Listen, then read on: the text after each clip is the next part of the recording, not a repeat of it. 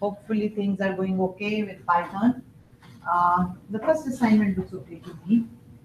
Messages are not very clean.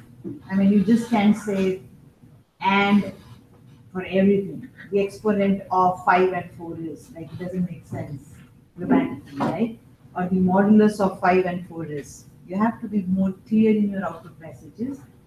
The product of 5 and 4 is fine. That makes sense. The sum of this and this is fine. Makes sense.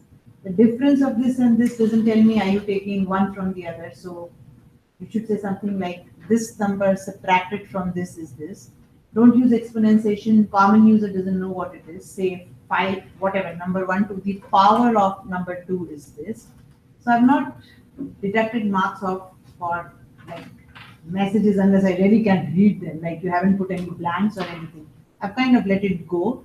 But keep in mind that output is important. If I can make sense, all you're doing is this and this and there is no grammatically correct English. You don't. The modulus of 5 and 4 is this. Now, who the hell knows what modulus is? Nobody knows it, right? So for a common user, you have to say something like the remainder of number 1 divided by number 2, or the remainder left after number 1 divided by number 2. So if the output messages are not clear, there is in the rubric there are marks for clarity of your output messages, right? So again, I've been very lenient with that this time. Hopefully by midnight today, before midnight, your results will be up for assignment 1. I have 20 more left, right? So they should be up. But I have kind of, as I said, I've marked almost 40 of them, and that's what I find, that the output messages are not clean. Some of you have used equations like 4 plus 5, like you've used symbols. I've let it go just because it's okay. I mean, it was your first program. But again, if you're giving it to a common user and the common user doesn't know what the 2 slashes stand for or what the percentage stands for, then there is no point, right? So keep in mind that the output is important, that the user understands the output. And your user is not a computer person. You have to understand that. I'm not your user. I understand it because I know it, but the common user doesn't understand it. So don't use technical terms or grammatically incorrect English with your user. And again, comments like input 2 integers from the user, whereas you're taking 2 floats from the user. So the comments also count. So again, first assignment, I've been very lenient. People are doing good. I'm hoping that it's getting into your head. Right? If you're having difficulties, we are in week 5 now. If you haven't approached me, it's late now, but it's still not too late, right? But the marks show me a couple here and there. Indentation is causing problems, and still maybe it hasn't got into your head. But otherwise, it's okay. I mean, I'm satisfied with what you did with your first assignment. At least you know how to take input, you know how to do output. The second one, when I come to it, we'll talk about it, right? Today's agenda. Just let me see if I've kind of started it. Okay, so today's agenda is going into functions as they're called in Python, right? So for now, you've been writing straight programs, right? You go from top to bottom. Even if you have to do the same job a number of times, you repeat the code wherever you need it. For example, you may have done it, I'm not sure, because I don't think it was interactive. I didn't tell you to do something that was interactive. But if you have to do something with any job over and over again in the same code, it would be better that you write it at one place and you execute it, right? So you just call it. So you don't kind of say, you don't reinvent the wheel every time. And that's what you're doing. Somebody has written the input function for you. You don't write it again. You just call the function and you use it. Somebody has written the print function for you. You don't write how to print something. You just call the function. So now you have to understand how to write your own functions, so that in code, if you need to call the function over and over again repeatedly, you just call it. Maybe it's a very small function, like which simply says, hello, how are you? Something like that, right? And you have to call it by a user's name. So today we will learn how to write functions in Python. That's our aim today, right? So what is a function? A function is simply a code. Some maybe 1 line, 2 lines, 3 lines, 10 lines, 100 lines, doesn't matter. It is simply a group of code which has a name. So it is named, right? It is defined to say, this is what I do. It may or may not take any arguments from you. it may or may not return anything to you. Okay, so this is your aim today, to learn to write user defined functions. So you've used quite a bit of functions, right? You've used input, print, string, int, float, and then again, I'm assuming you've used the random function when you did your assignment too. So now let's learn how to write your own functions, because not everything will be available in the library always, right? You may be writing very specific applications that will require code that is only required by you in your code. So those functions will not be available. So what do? You simply write your own functions, right? So let's learn that. Again, I repeat, guys, if you're having problems understanding Python, come and see me, clarify things with me instead of giving me crap in your assignments. It won't help. And cheating won't help at all. Let me tell you. I know things are going on. I can see a few things, but I have emailed those guys. They need to come and see me because I'm strict about it. If you don't understand things, it doesn't mean you work with somebody. It's just because assignments are being taken home. One of them went home. So I can see things. I mean, spelling mistakes. I mean, no two people can make the same spelling mistakes and write the same output messages. With 60 outputs, no two outputs will match. Nothing will match. It never matches, right? Comments don't match. So that's how I make out that you're not working independently. So please work independently. You are trying to learn something. If that's your aim, please do that. If that's not your aim, then of course, you'll never get a job. You're not here to learn Python at all, or to be a computer programmer or a network person. Then that's up to you. I've kind of given up just because, you know what, at the end of the day, it's you who does it. So let's learn how to write very simple functions today first. And then what I've done is I've kind of created a couple of them so that then we don't have to type it in together. You can just take it from Blackboard. But just let's first learn how to do it. And maybe, since you've already done the random function assignment now, maybe I can write one for you doing the random number as to say, oh, this is how it needed to be done. Okay. Okay, so let's start. And as I said, let's kind of go ahead and learn how to define functions in Python. So don't forget, you write your comments at the head, and you should have your name, your date, and the purpose for sure. And then as comments are needed and wherever they are needed. Okay, so let's go ahead. Oh.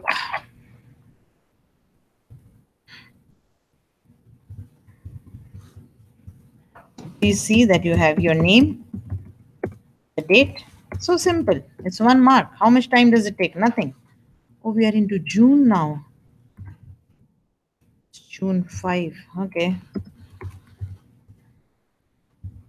So we are kind of a month into it. That's why it's week 5, sorry. So the purpose today is to learn how to work with functions, right? And it's simple. You write the complete purpose, grammatically correct. Take two numbers from the user and perform all arithmetic operations on it. Display the result. That's it. That's all you needed, right? I think 90% of the class has forgotten to say display the results. It's important you're displaying the results also. So you are doing arithmetic operations, but you're displaying the results also. At the end of the day, believe me, when you go out into real life, if you're not learning how to comment, or you're lazy, or you don't see the need of it, you're going to understand at that point of time. It's very important that commenting be done in code. For us, it's very silly. It could be silly for you. What's she telling us to do? It's so silly. Can't she see I'm doing adding? What I'm trying to do is making you get into the habit of writing comments. Those comments may not be great. I may not even need it. I know what you're doing. But if you get into the habit, then you will always do it over time. You'll find it maybe in your co-op, the first co-op you do, but they're very important, okay? So the purpose of the program, as long as for now, we are learning how to write user-defined functions today. You are defining it. And of course, use them. I mean, there's no sense if you've written something and it just sits there, right? And you never use it. Okay. Okay, so let's go. We'll start with very simple thing first. So let's define a function that basically just prints a message. Like very silly, but it prints a message. So I'll write that print statement only once and I'll call it as many number of times as I like, and I'll improve it then, right? Please remember, Python is strict on indentation. There are indentation rules in Python. So if you don't write your program correctly, syntactically, if it is wrong, how will it execute? How am I going to give you marks if I don't see output? And it's not that tough. This rule is simple. Everything starts from, everything that belongs to the same group starts from the same column. Anything that has to be grouped under an if or a while or a for, because that's all you've learned now, indent it, right? Indent it by 1, 2, 3, 4, whatever columns you like. If you have nested whiles or nested fors or nested ifs, indent it. Okay. Okay. So what I'm going to do is I'm going to define a function. And of course, a function must be defined before you use it. If you don't define a function, then how can you use it? Somebody has already defined input and therefore you can use it. How do I define a function? Let's write a very simple one. You start with the reserved word def for definition. I'm defining a function. You give your function a name. Again, we'll use the same rules. Letters, digits, underscore, right? We'll use the same rules. And again, Python is case sensitive. So keep in mind that that's what I'm calling it, hello. And I'm just going all small because that's the notion, that's the convention if you've seen in Python. All your functions are written in small. So you could have called it whatever you like with a capital H, but I'm trying to keep with it. It has a parameter list, which is empty. So that are the signatures. The first line are the signatures of your function. It tells you what is the name of the function.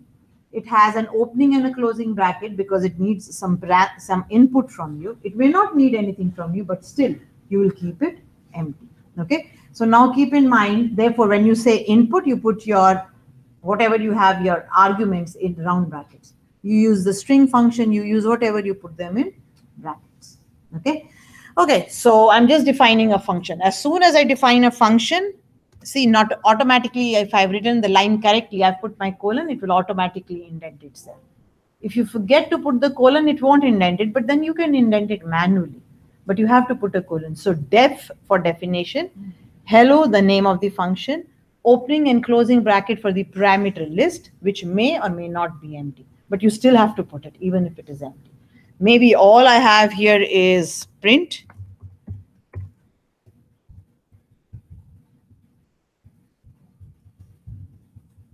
I'm just putting some print statements, right? We know the print statements. So I'm saying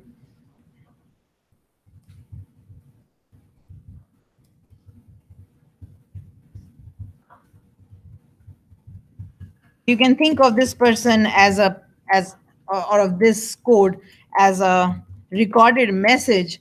Any student who enters Georgian College, all that happens is this keeps on going, right? So repeatedly. Now, one could be a person stands there and asks and says the same thing to every student. So one student comes and it says, hello, how are you? Welcome to Georgian College. Or maybe how are you will need an answer. So maybe we don't even go there. We just say hello. Right? The second student comes in, the person repeats him or himself. That's a lot to do. For 2,000, 3,000 students who are coming in, nobody wants to do that. But people do. You see greeters at, say, Walmart. I've seen people at Walmart saying, hello, how are you, kind of when you enter. Not at every store, but definitely at Walmart, right? So now the other option is we record this message and we keep playing it. It's the same kind of concept. You're recording it. You're saying this is how it is defined. And then as many times as you need it, you just call it. Do your job, do your job, do your job kind of thing. Right? So what it says is, hello, welcome to Georgian College. You can add whatever you like. Now, this is a very silly, simple one, but still, there are 3 print statements, and I don't want to repeat these 3 statements for every student who comes into the college.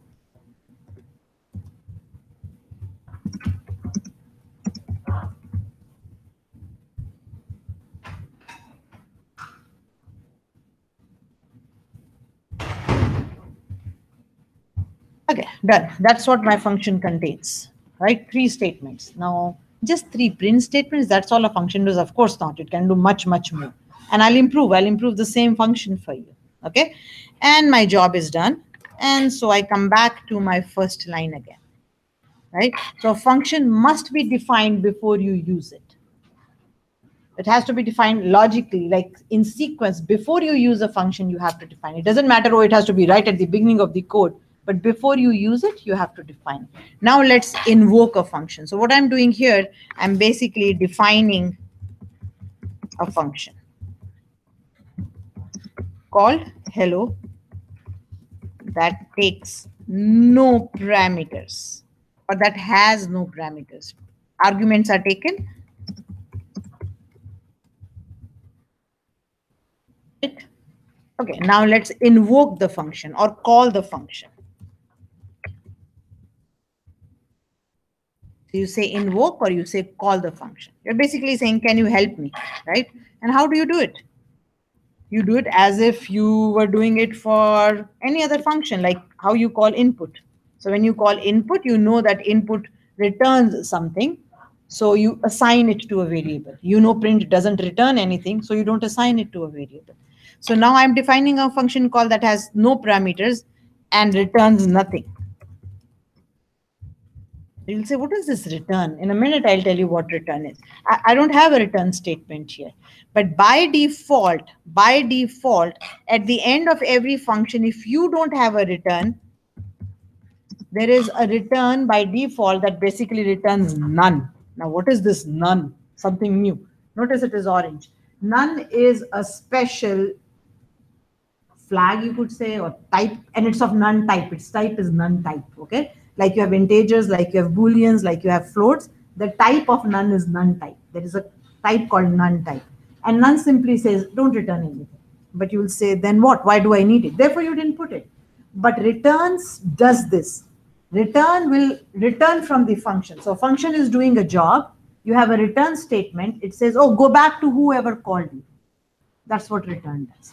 So if you don't need a return statement, you don't have to put a return statement, but by default, it is put automatically at the end of the function by the Python, you could say editor or compiler or whatever, right? So you have no parameters, you don't have a return statement. You'll say, when will I need it? Let's think about it. I ask you a question. I say, add 3 and 4 for me. So what will be your answer? 7. So he's returning me an answer. Right? So that's what a return is. Return is something that the function does and gives back to you. You may need it, you may not need it. This function doesn't need to return anything. All it is doing is just saying, hello, welcome to Georgian College. Hope you have a good experience here. That's it. It isn't returning anything, right? But if I say, what is your name? I'm expecting something from you. So you will return it to me. Okay, so that's what return is. So since I don't need to return anything from the function, I didn't put a return statement. And when what happens when I call the function and it finishes, where does it finish? At this line. How does it know where to finish? Indentation. These 3 lines belong to the hello function. So when it has finished doing what it is, it just comes back. Comes back where you had called it. So now see, how will I call it? I'll say, oh, come on. I'll call hello. Do your job. That's how I call it. It isn't giving back anything to me. That's how I call it. I can call it again. And I can keep calling it as many number of times as I like. You can call it 10 times. You can put it in a for loop and call it. Nobody stops you, right? You've learned the for loop. So let's go for I. And I figured out that, was it with your class? Last time when we were talking about for, and I thought it was an infinite loop and it didn't work, I figured it out, okay? I mean, it's just mathematical. What's happening with my... Okay, so we'll say for I in, remember the range? I'll just say 5 times and I'll call hello 5 times. I mean, you can just call it wherever you want. It's really up to you how you use it. Right? So I called it twice like normal statements. Then I called it in a for loop. I can call it in a while loop. I can do whatever with it. What is it saving me? Those 3 lines, I don't have to repeat it 3 times. If I didn't have the function, I would have repeated it here once. I would have again repeated it once here. And I would have again repeated it once here. Why should I do it? Right? Readability wise, it's poor. But more logic-wise, functionality-wise, this is so intelligent. A job is done by somebody. Why would you do the job? You'll say, oh, I'll copy and paste. What's the big deal? Copy and paste is not a solution for writing functions. It's not, right? Because you could make mistakes. You made a mistake. Now, if you do change something, you copy and paste it. This way, I can change my function and I don't have to bother doing anything. I can change whatever I like in my function. That's all a function is. You define a function, you give it a name, you give it a parameter list, you give it a return if required, and your job is done. Let's see how the program runs. Let's save this. And again, I'll put it on Blackboard as and when or during the break. So I'm going to put it in your Python. It's Tuesday today. And we are on week. Oh, I've already done a program 5. Okay. Can't do much about it. So I'll have to call it program 6. And I'll just call it hello so that we can remember what it is. Let's see how it works. Not a big job at all. How many functions can you define? You can define 10 functions, 15, 20, really doesn't matter. You can define as many functions as you like. The important thing is that it should be defined before you call it. So let's try it. Uh-oh, end of line while scanning something. What happened? Forgot my double quotes, right? I forgot my double quotes. So when it says EOL, end of line. So something is missing. So let's try it again. Okay, so hello, welcome to Georgian College is my first call when I called it once. Hello, welcome to college is my second call. And then the next 5 calls are in that for loop. Works. As simple as that. Now let's go here and let's try to do something.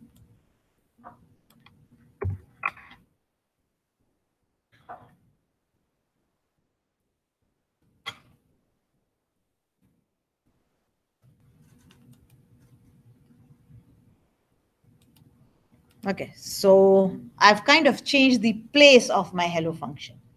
Instead of writing it in sequence, I mean, hello is defined. I've defined hello, but I've invoked it or called it before I've defined it. Okay, let's try that now. It says you're trying, I get a name error. There is nothing called hello. I'm getting it right at my first line. Makes sense because it wasn't defined.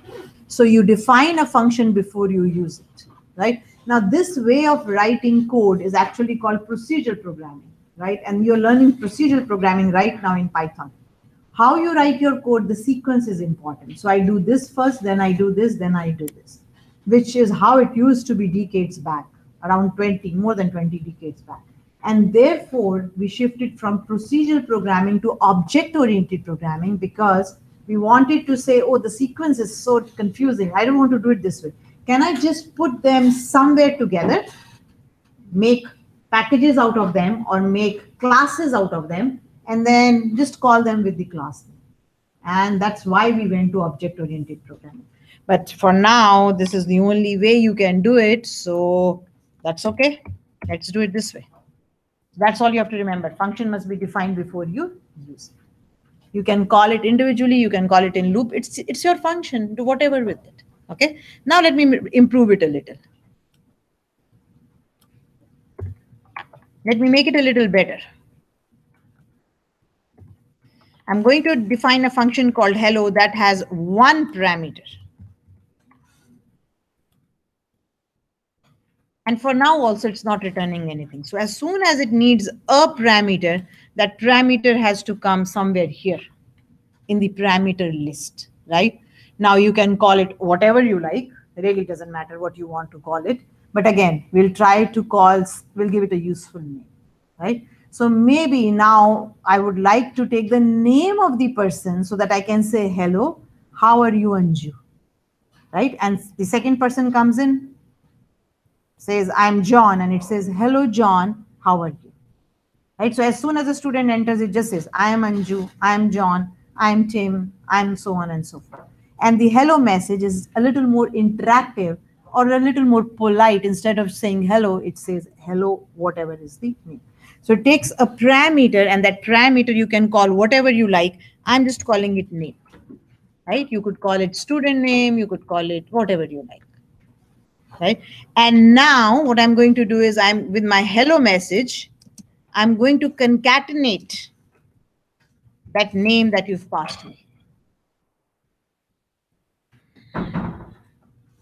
That name that you've passed me, I'll pass it. So I'll say hello, and then I'll say whoever that is. Welcome to Georgian College. Hope you have a great experience here. And again, doesn't matter how many times you use that parameter. Really doesn't matter how many times you use that parameter. I'm still not returning anything. I'm still not giving something back, right? But now the difference is, if I want to call this function, what should I do? Let's call it. Let's invoke it. Now let's invoke this function. It's called invoking of a function. And this is what actually happens. Please understand. When the program starts, the program is being interpreted or compiled. It looks at this def. It says, okay, I know you've defined a function. It comes to this statement, hello. It says, hello. Oh, I have the definition somewhere. It goes to the definition, executes, and returns back to the next statement here. That's automatic, right? You don't have to. So it's like a go-to, but we are not doing the go-to, right? So I write a function. What happens? We call the function, and after the function finishes execution, it returns.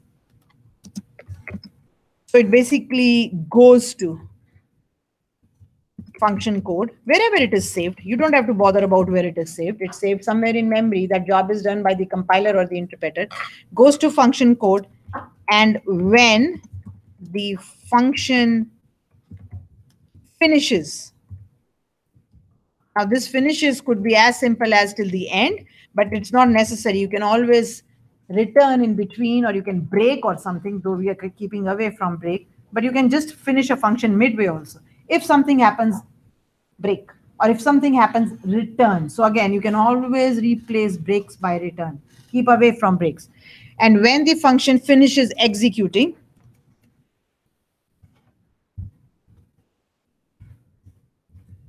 it returns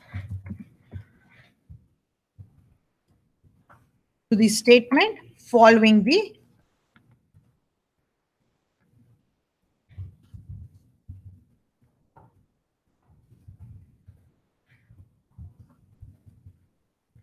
now it comments doesn't matter. You don't have to start from column 1. Comments are comments. You can put them anywhere, but I try to keep it neat so that it is easy for readability. So invoke, call the function. What happens? Goes to the function code, and when the function finishes executing, it returns to the next statement following the call statement. This is called the call statement, right? You're calling a function. So here you're calling it. You're calling hello.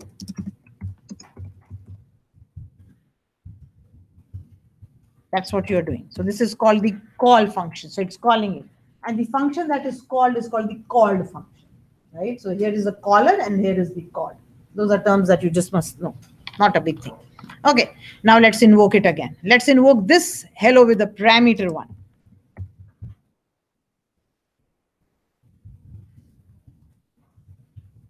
Again, terminology. When you define a function, this is called a parameter, right? When you define a function, this is called a parameter. When you invoke, what you pass to it is called an argument, right?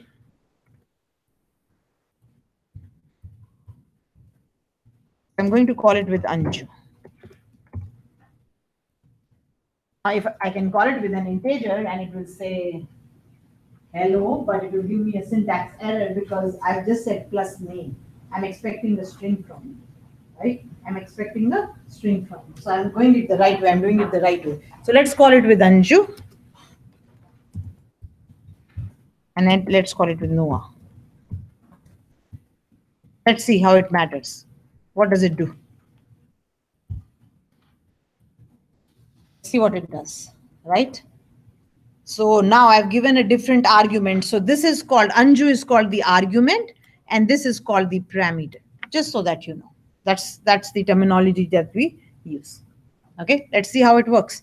Does it return anything? No, it doesn't return anything. So if it is not returning anything, I don't have to assign it to anything. It will give me an error if I try to assign it to a variable answer, for example.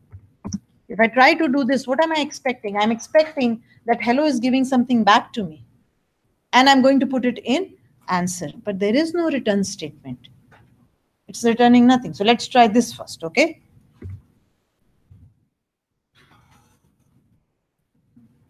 Uh-oh, didn't say anything, so it's ignoring it. Usually languages will say it doesn't have a return type. The return none.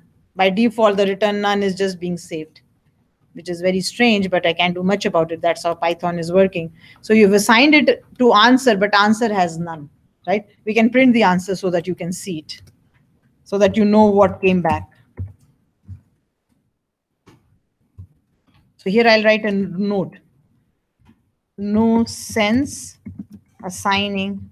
I was thinking it will give me an error to answer since none is returned. Let's see, when I print it out, will it say none? Okay? Because so don't do it. That's all I can say, don't do it, because it's not giving me any error. I can stop you from doing it, but it doesn't make sense because none is returned. Let's try it again, just to show you. So we'll concentrate on the last two print statements. See here, hope you have, here it is, hello Anju. Notice how the difference is. Now it has concatenated my name with it. Hello Anju, welcome to Georgian College. Hope you have a great experience here, Anju. Then none. What is that none? I printed out the answer value for you. It returned nothing. There was nothing in it. So that tells you by default, what does it return? None. If you don't have a return statement, it returns null. And then I called hello with Noah. So it says, hello Noah, welcome to Georgian College. Hope you have a great experience here. So that means your functions can have parameters, right? Let's write a simple function now. Any questions for me? Keep asking so that it's clear rather than just moving forward. Any question coming? No, we are okay? Okay, let's try to now write a function that adds two numbers, a simple function. So let's try to define a function. Let's call it adder, right? What is the adder expecting? It could be expecting definitely two numbers at least. It could be taking 3, 4, whatever, but it is adding two numbers. So let's define a function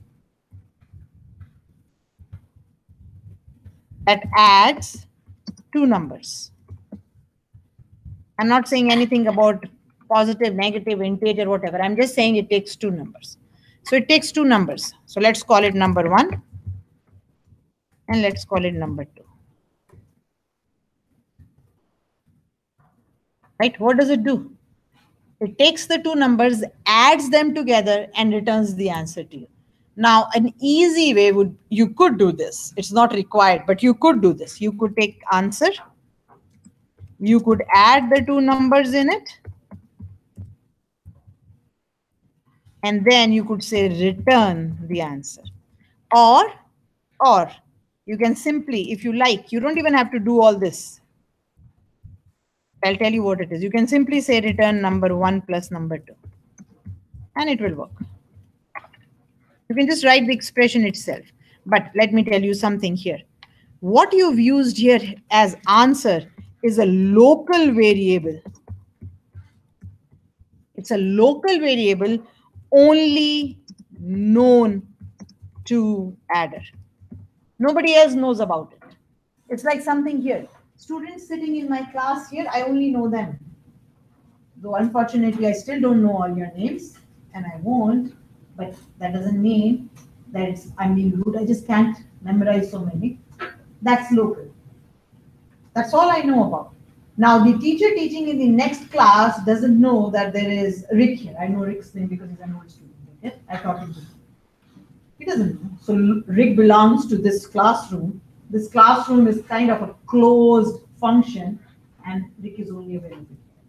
Now, Rick could be a student in class. There could be a Rick in COPA, but there are chances that there is a Rick in Georgian College too. Right? So we'll have to learn. What happens if there is something that is local to a function, but there is something else also by the same name, which is called global, belongs to Georgian College, belongs to the world. Right? So we'll talk about it in a minute. But for now, just because we've encountered this, For your information, anything that you define inside a function, any variable that you define inside a function, assign inside a function, is local to that function. So you can go and, so you just can go here and you say, oh, I've added it. All I'm going to say is print my answer.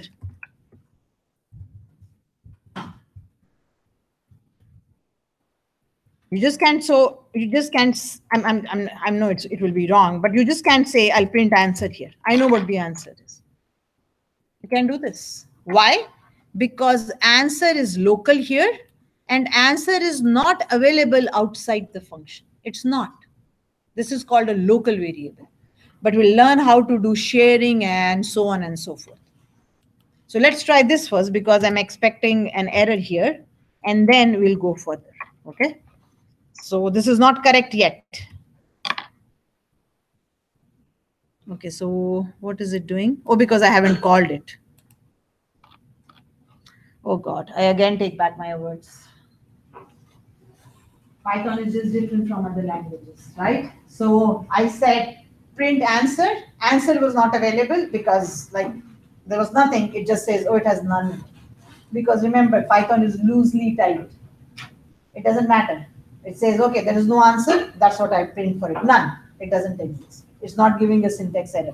So from a programmer point of view, you will have to be more careful than a usual programmer because it's not doing your job. It's just saying, you asked for answer.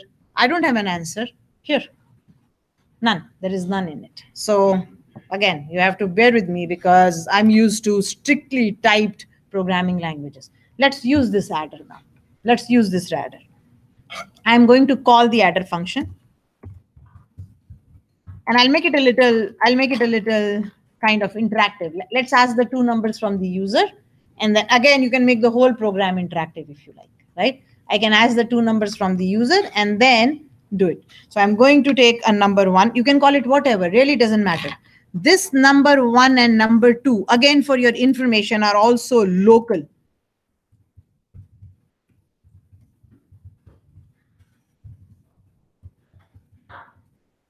They're also local. So the parameter, anything that you mention in the parameter list is also local. It only belongs there. So if I try to use something here, it has nothing to do with that number 1. And I'll show you. Okay. So let's take, I'll just call it first number. What convention are we using in Python? Java naming convention, right? Take your input and convert it into float.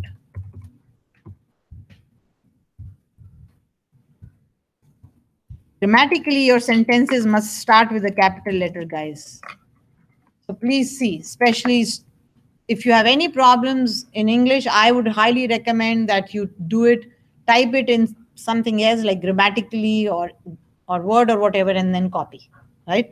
Please, but you have to know about grammar.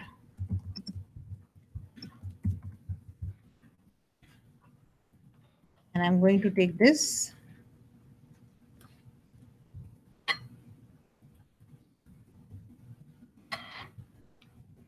There's a lot in functions, but we'll keep it simple to start with. And then I haven't given it the same names, but we'll come to it. I ask the two numbers from the user.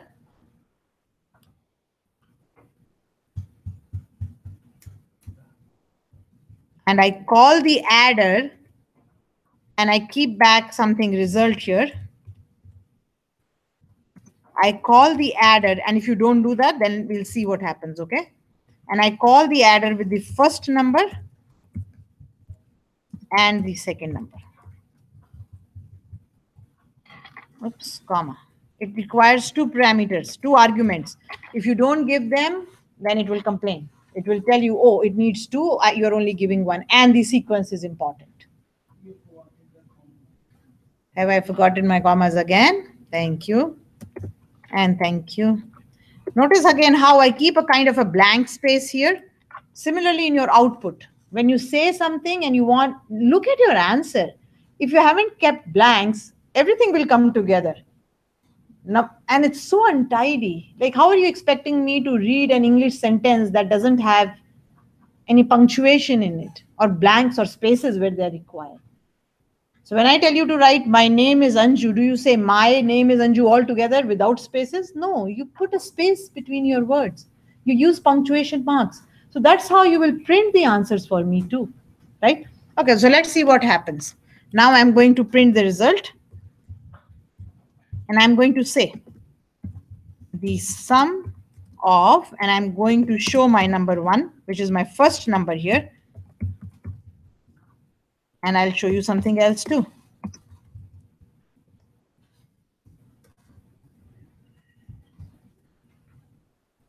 I've just changed their names for some particular reason. Okay.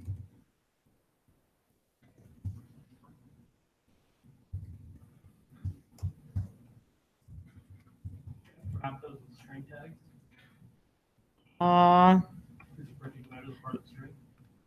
Yes, I have to. Thank you. This first number was a float, so I have to put it back in a string. Thank you. This is so irritating, but whatever it is, it is. Whatever language we learn, we have to go that way.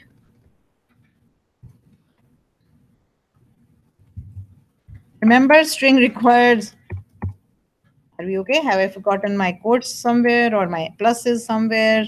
String somewhere? No, we are good. Okay, so look at this now. I can make it go forever. I can use this adder functions.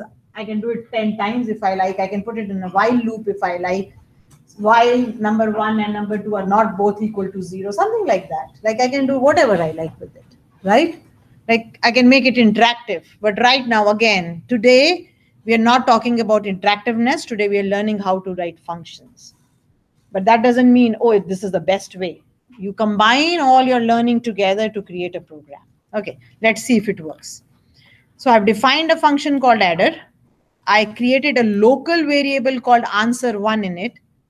And then I returned the answer at the end of the function. Right? Usually it is the end, but that doesn't, it's not a rule. You can return wherever you like. I could just say return right at the beginning of a function and it will return, will do nothing. It will basically will do nothing. But after this, I'll show you a few things. Let's see if this works. So I'm hoping, unless I've made syntax errors, which seems like I make a lot in Python here. So please enter the first number. Any numbers can be taken. I'll just take a 4. Please enter the second number. And there is my answer. You'll say, how different is it? There was just one line. Why didn't you just put it like we did in our assignment 1? Because I just want to make a function, a calculator, and if I need it again, I don't have to repeat the line. I can use it 1,000 times in my code. Right? I don't have to. It's something that is ready to be used. It's a copy and a paste, but I still don't want to do it. Now let's come back here and let me show you a few things. Just for the heck of it. Now keep in mind, this first number that you've declared here, this first number, this point onwards, from here, this point onwards, it is available to everything that follows. Right? So it's kind of a global variable. Global means you can't use it before, but wherever you've started, wherever you've assigned it, this first number now is available from this point onwards, right till the end of the program. So wherever you start using a variable, and how do you use or define a variable in Python? You assign something to it, right? I mean, there is no other strict way of doing it. But right now, from this point onwards, first number can, I've used it, see, I've used it here. I've used the second here. So from this point onwards, so first number, this statement going forward has, I mean, it's not a declaration, but I'm kind of saying has declared, shouldn't say. Let me put it in a different line. This point statement going forward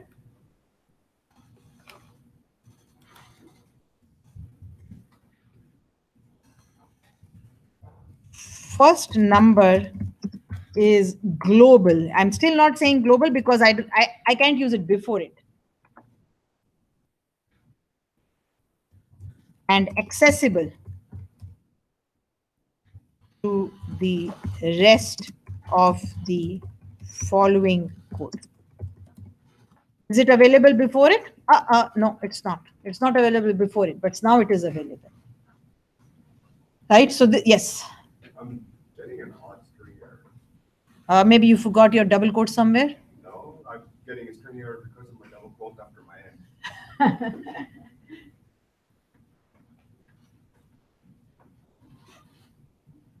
Because you forgot your plus before the add.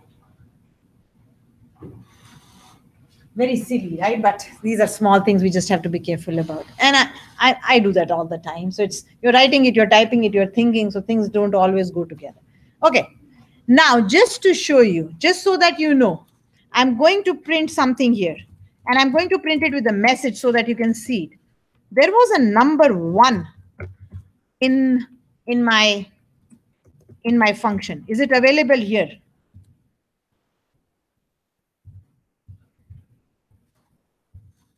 You say, oh, I had a number 1 here. And notice how I converted them into floats and then passed it. So I didn't have to do the job here of converting them. I converted them here. You could do whatever you like. It really doesn't matter. But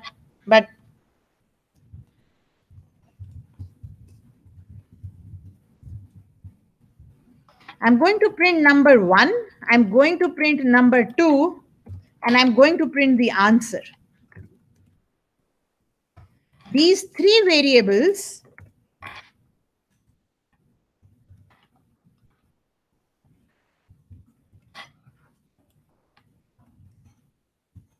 now number 1, number 2, basically they are none. At this point of time, I don't even have to think about what is their type, because there is no number 1, number 2, and answer at this point of time. You'll say, but they are here. But keep in mind, they are inside the adder. They belong to the adder. They're local to the adder. You have to be very careful when you write functions. Anything that you use inside a function is only available in the function. The opposite is not true. The opposite is not true in the sense that, though there is no variable before it, but I'll show you as I go on, right? Let's try this now. What happens? You'll say, oh, why are you even putting it into result? The answer was right here. Why didn't you just print it out? Like, why you calculated it here? Why didn't you just print it out and say the answer is this? Why did you have to return it? Let me show you why I had to return it. Okay, so we'll go 4 and 5 and see, I get a name error. I'm getting a name error where it says print number 1. Now I'm getting an error. Before, when I wanted to show it, it was just giving me none. This is what I would like to see. So don't ask me why, but this is what I'm expecting to see. Number 1 is not defined. Now it's not saying none. It's giving me number 1 is not defined. And that's what I wanted to do when I was showing that answer to you. Oh, because I assigned it and nothing was coming back. Okay, therefore it is showing. It tells you, I don't know who number 1 is. Make sense? So whatever is local belongs to the function. Whatever is outside belongs to everybody. Wherever you start using it, from that point onwards, it belongs to everybody. Okay, let's try these things again. Let's try it. So here, these statements will not work. All these 3 statements will not work. So I'm going to comment them out, and you will make a note for yourself. You will make a note of yourself for yourself that local variables of the function, what was it called? Adder. Oh, adder has gone blue. Do you think it is a reserved word? What goes blue? No, just my function names are also going blue. Okay, they are purple. The ones that are available are purple. Local variables of the function adder are not available outside the function.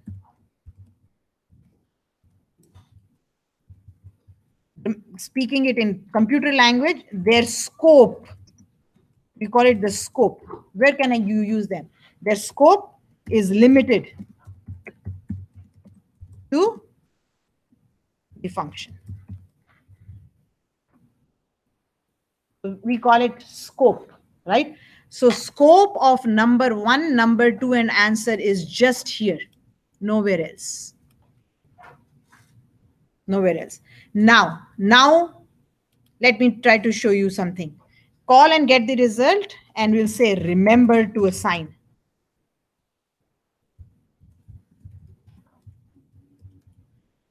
So just for the heck of it, you call adder like this, nothing wrong. But adder is returning you something. You haven't assigned it anywhere. So if you haven't assigned it anywhere, what will you do? I don't have a result. I could do a direct call here if I wanted, but that's something else. Right now, I've called the adder function. It gave something back to me, but I forgot to put it in a box. So if I forgot to put it in a box, can I simply say answer here and will it work? Because you're expecting, oh, it calculated the answer there. Let's see. Let's see what it does, what it does. So it's asking for the first number, it's asking for the second number, and it says none. I don't have anything. I don't know what answer is. So here is where I'm a little confused. Why doesn't it say a name error here? Though it was saying it when I was trying to do number one. So maybe when you call a function and you don't assign it to something, it just assumes that you didn't save it and the answer is like that. So this behavior I can't explain. It's very confusing. I've seen it in Python, and I was expecting that it will say answer, like it will give me a syntax error, but I can't do anything about it. It's just how it is behaving. Here, I would have liked to see that answer does not exist, like we were getting here when I was trying to show number one. But God knows what, when I say return answer here, it does. When I call it, it returns something, but what does it do? I have no clue. So don't confuse it. So don't go the wrong way, right? Now I'll do something for you. Kind of silly, but see, I've also used another answer here. This answer is no way linked to that answer, even though I've called it. This answer is a global variable, right? This answer is a global variable. So to begin with, I won't confuse you. I'll keep it a different name. I'll keep it result and we'll keep it result. But nobody stops. I mean, think of it logically. Two people can be called Anju. Can they be? Yes. So one Anju belongs to the COPA program. Another Anju could be belonging to, I don't know, hospitality program. But there can be two Anju. So the Anju enrolled in COPA is local to COPA. Anju enrolled in hospitality is local to hospitality. And there could be an Anju working in the registrar's office, and she's global. Anybody can go and talk to her. So you have to be careful. Like you can use the same name variables, but you have to be very careful. Where am I using it? If I'm using it inside the function, it's only available there. Its right values will come there. But when I try to do it outside, I was seeing a none value. I can print it right there. You could have printed your answer right here. Again, I could have just said print answer and not return anything, but I should bring something to your notice. Functions, when written, don't do printing in the function. They return you values. Do whatever you like to do. It's a no-no to print answers in a function. Why? Because maybe when that, whatever it gives back to me, I don't want to print it. Maybe I want to use it for something else, like maybe add it to another number. Maybe you would like to print it, so you print it. So what does a function do? It says, I do my job. I don't know what you want to do with the answer. Here is the answer. If you want to print it, go ahead and print it. If you want to use it in another arithmetic operation, please go ahead and use it. If you want to ignore it, please ignore it. Unless the function specifically says, add the two numbers and print the result, then you will put a print statement there. Otherwise, we don't do printing in functions. We just assume it will do its job, will give back the answer to me, and I'll use it. Okay? So now this, so please understand, number one and number two are local. Answer is also local here. Here I've used another variable altogether. I could have used number one and there would have been no confusion. No confusion at all. There was a number one that belonged there and there was a number one that belonged here. But I want to show you something else just for the heck of it. A variable that you declare outside, nowhere, like just in a function. Just doing it. Just declaring a global variable. A global variable. I don't know what would you like to call it. I'll just call it greeting. And I'll assign it a value hello. Now this greeting variable is available inside this function. You can use it. You can use it right here. Because what does global mean? Belongs to the world. You can use it. You can print it here. You can say print greeting. Or let's say not greeting, let's say just to be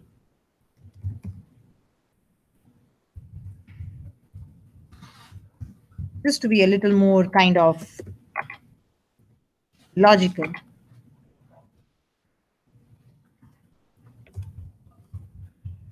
It kind of does.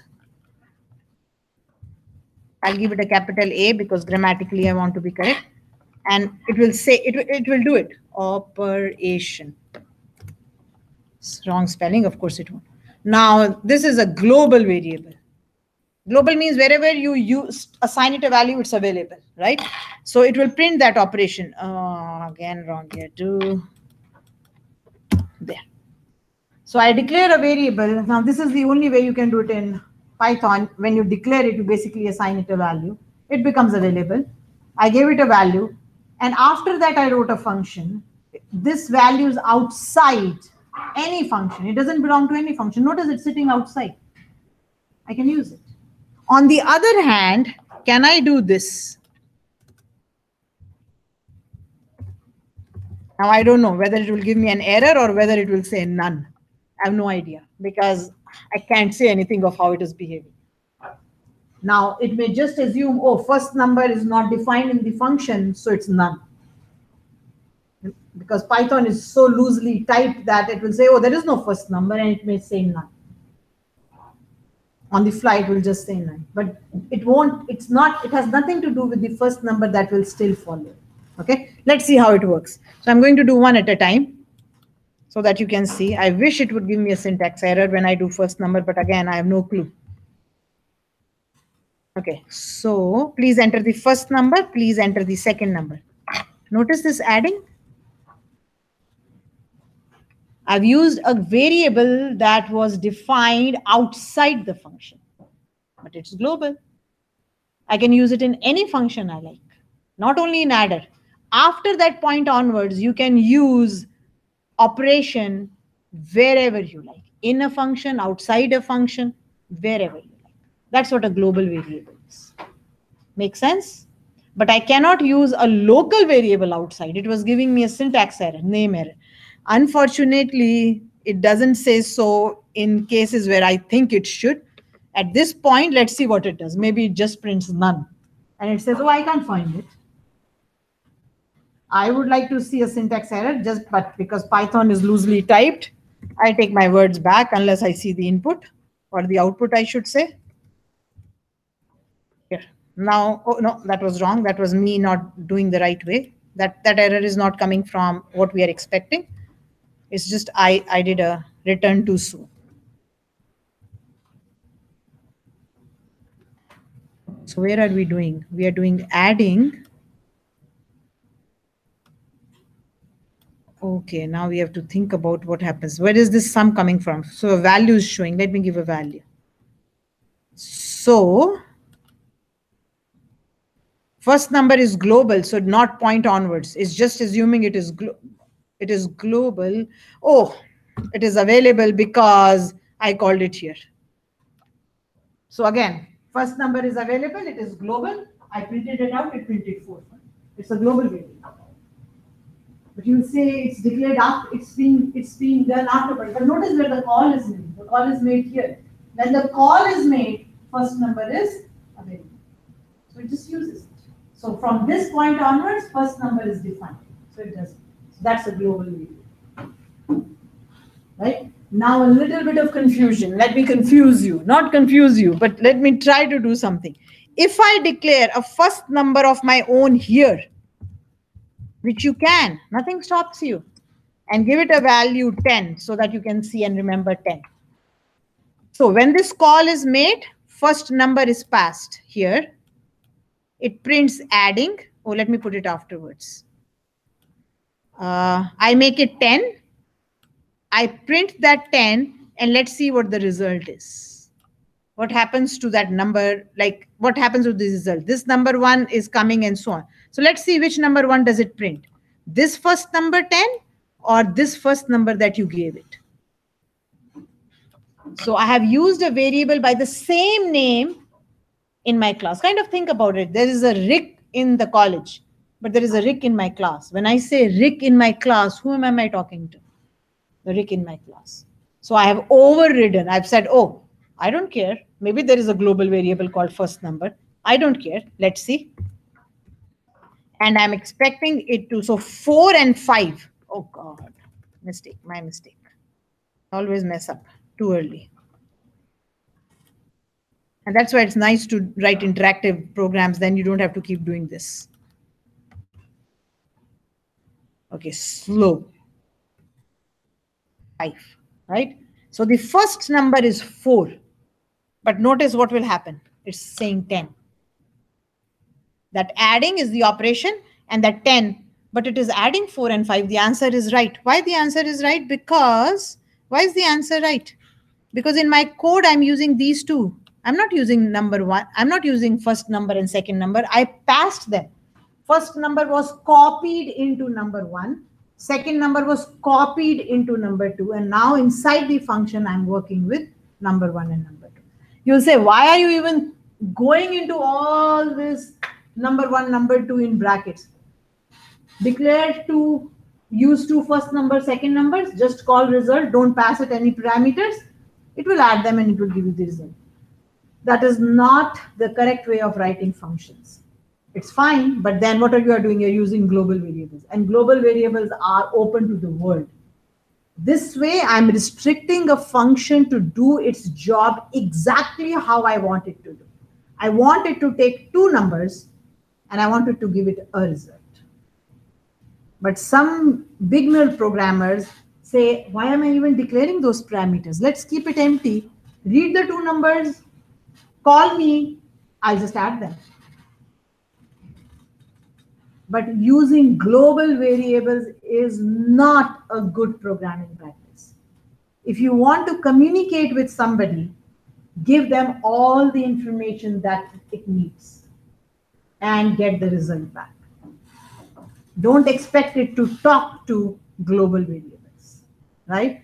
So everything could be global and all your functions will require no parameters and they will still work because everything is global, it's available. But the rule is, I'm almost calling it a rule. The rule for good programming is write a function, give it the arguments it needs and take back what you need from it. Don't work with global variables because it is confusing. One, it is confusing. Notice the confusion I've done right here itself. The global variable first number was 4 or something. I changed it. And suppose there were no parameters. So the first number was given as 4 by the user. I changed it in my function to 10 and now it will add 10 and 5. So I'm creating confusion everywhere because global variables can be changed anywhere. You give me an input, I am the function, I change my mind, I change the input, and I give you a wrong answer back. But here, I can't do anything with that first number because you pass them to me. You are saying, here are the 2 numbers. I put it in my own 2 pockets, and I use them. For your information, this is called call by value. The values are copied. First number is copied into number 1. Second number is copied into the second number. And that's how it works. Now, even if you change them, it really doesn't matter. It is working with the copy. It is not, see, it's not giving you 10 plus 5, 15. It's not giving you 15. It is giving you 9. So this is call by value. Values are copied. So I would, and that's why I say kind of, if you learn the right thing, then you won't think, oh, this can be done the wrong way. So the right way is this. A function is an independent code that takes some input that it wants to work with, does what it has to do, and returns an answer if it has to. But it is an independent code. When I say independent, it doesn't rely on any global variable. Therefore, we say it is independent. That is the best way of coding. But you could, I can write the same adder without any parameters and it will still work. I can do it. But then I have to be careful. Oh, I have to add first number plus second. That's not the aim. The aim is give me 2 numbers and I'll add them. I don't care what you call it. Right? So I'm an adder sitting here and I'm saying student 1 comes to me and says add 4 and 5 for me. I take the 4, put it in number 1. I take the 5, put it in number 1. I say here is the answer. Another student comes to me I forget about what the first student said. Those 4 and 5 are gone. The second student comes to me, says 6 and 7. I add 13 for them. The third student comes and says, do this and this for me. I add 10. I don't remember, oh, the first student said 4, 5, I should be adding 4, 5. Why am I even doing it? So a function is an independent, therefore we call it independent code, right? Lines of code. It is an independent code that does its job, and the best way of doing is take input in its parameters and give your answer back or your result back as using your returns. That's the best way of writing a function. No confusion, right? All variables declared inside a function are local, are not available outside. All function variables declared before are global. So if you try to print something that is not declared anywhere, it was saying none, right? I'm just going to say a variable called h, which makes no sense at all, but oh, there was an I already. Just a variable. Unknown. At this point of time, there is no unknown. There is no variable unknown at all. It's not been declared. So let's see. Either it will say none or it will give me a syntax error. I don't know. But there is nothing called none. Okay, so your first number is 4. Your second number is 5. Thank God I say unknown is not defined. That's what I would like to see. That's how programming languages work. That was the first time I saw that it was saying none in class. That's really odd. Like, what is it talking about? That makes sense? So nobody knows who this unknown is. And think of it, nobody knows. At this point of time, is it local to adder? No. Adder doesn't know about it. Is it global? Has it been assigned a value before you came to this function? No. So it doesn't know what unknown is. It has no clue, right? So there is what a local variable is and what a global variable is. And I've given them different names. I repeat again, I can use the same names I want. It's confusing. There's no doubt about it. It is confusing, but I can do it. So there was an operation outside called adding. I can do, and I said give it adding.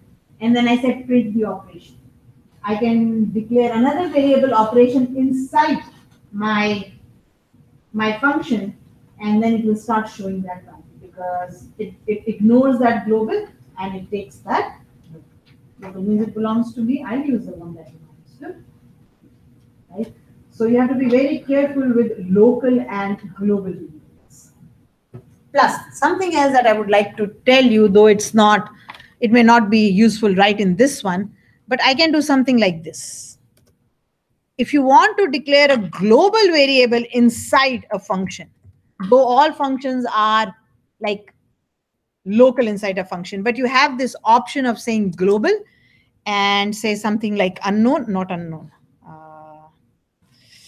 How difficult names become, right? Oh God. I can declare a global variable like this. And now from this point onwards, var1 is available everywhere. And let's give it a value. I'll just give it 5. Just for the, oh, no semicolons. Oh God. Now I can use it. Of course, I can do it right here. I can print it right here. It's global now. You know what? I'll just put it in because it's kind of becoming confusing who's who. And since it is a number, I'll have to go string.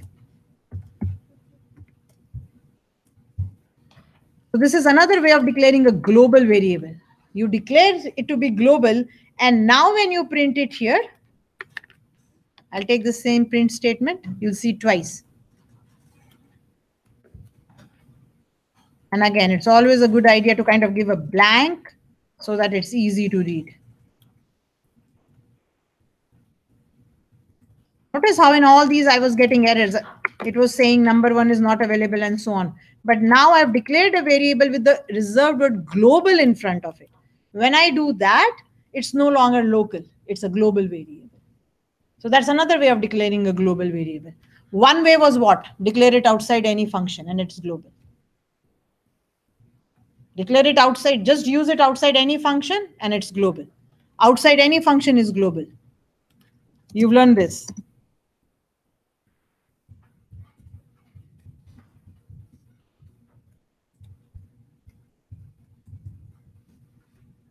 Global variable. Outside any function, any variable that you declare is a global variable. Of course, from that point onwards forward, keep in mind, procedural, not before it. I can't print operation before here. I can't do it.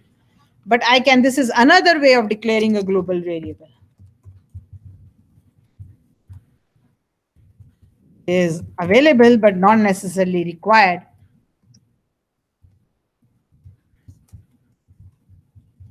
Now, when I print var1 here, it will do it.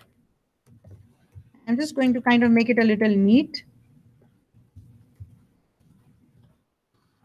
The adding operation will just kind of put it in quotes just because it's kind of a little neat. There. The operation will be saying adding. I've removed the unknown because that was causing an error. Then it will print your var1, which is 5, and then it won't print anything. And then it will print this answer of the sum of. Okay, let's see what happens. Okay, so I enter the first number, I enter the second number. So var1 equal to 5, it's printing in the global. var1 is equal to 5, it is printing outside. I can use it outside now because I put the reserved word global in front of it. I wasn't able to do it with number 1. When I tried it, it gave me a syntax error. Therefore, I've commented that out. So global variables can be declared in 2 ways. One, by default, if it is outside any function, it's global. Belongs to everybody. It's outside a function, right? From wherever points you assign it, that point onwards. Before that, it's basically not available. And 2, you can use the reserved word global in front of it, declare it inside a function, and now from that point onwards, it's global for the rest of the code. So there is availability, depends on what you want to do. I would keep local in locals, global outside any function. It's an easy way to do it, right? But my emphasis is how to write functions and keep it in your head. For all programming languages, whenever you program, create, whenever you write a function, make it an independent function. It doesn't rely on anything. Inputs come to it. It does whatever it wants to do with its inputs. If it has to return something, it returns it. Else it says, I've done my job. So it doesn't talk to people outside the class. Everything is inside its body. So parameter lists can be empty. I can do it. I can just remove these from here. I can remove the number 1 and number 2 from here completely. What will I do? I'll say first number plus second number, and it will work. It will give me the right answer. I don't even have to do a return because it's adding it. I can take this answer. I mean, I don't even have to use number 1 and number 2 at all. I can just say first number, second number, and I can say add it without any parameters and print the result, and it will work. But now I'm relying on the world to answer my questions. I don't want to do it. I want to be self-independent. The function should be independent piece of code. Students make it, and of course, all programmers, you want to make your life easy. You'll say, oh, think of it. Now I have to learn global variables. Then I have to learn how to pass them as arguments. Then I have to learn how to write functions with parameters. Why do I bother? They're global, they're sitting there, I just use them. Right? And that's how it is. That's how the first initial programmer will think about it. And he's not wrong or she's not wrong. Why do all these complications? Why am I concerned? Global is global. But that's not what it should be. Whatever is private should be private to the function. It's like Blackboard. If I am the instructor, but everybody has the option of posting an announcement, think of what will happen. So what belongs to me is mine. And what belongs to everybody is fine. Everybody can use it. Right? And that's how you think. Whenever you think of a function, you say, I want to know what does it work with? What are its inputs? They should be its parameters. They should come in its parameters list. Think of it. If the print function did not take parameters from you, what will it print? I want to print Anju. Kamal wants to print how are you. Rick wants to print, oh, this class is so boring. But print won't know. So we have to tell print what to do. So it needs parameters. Right? Sorry. So Rick says, whatever is the ideas, he says it's not boring, but since he's done more programming, it could be boring for him, right? But thank you. He says it's not boring, right? So that's why, think, why do we need parameters? So always think that way, okay? Are we okay with functions, right? Everybody's head is working? Okay, so what I'll do is this now.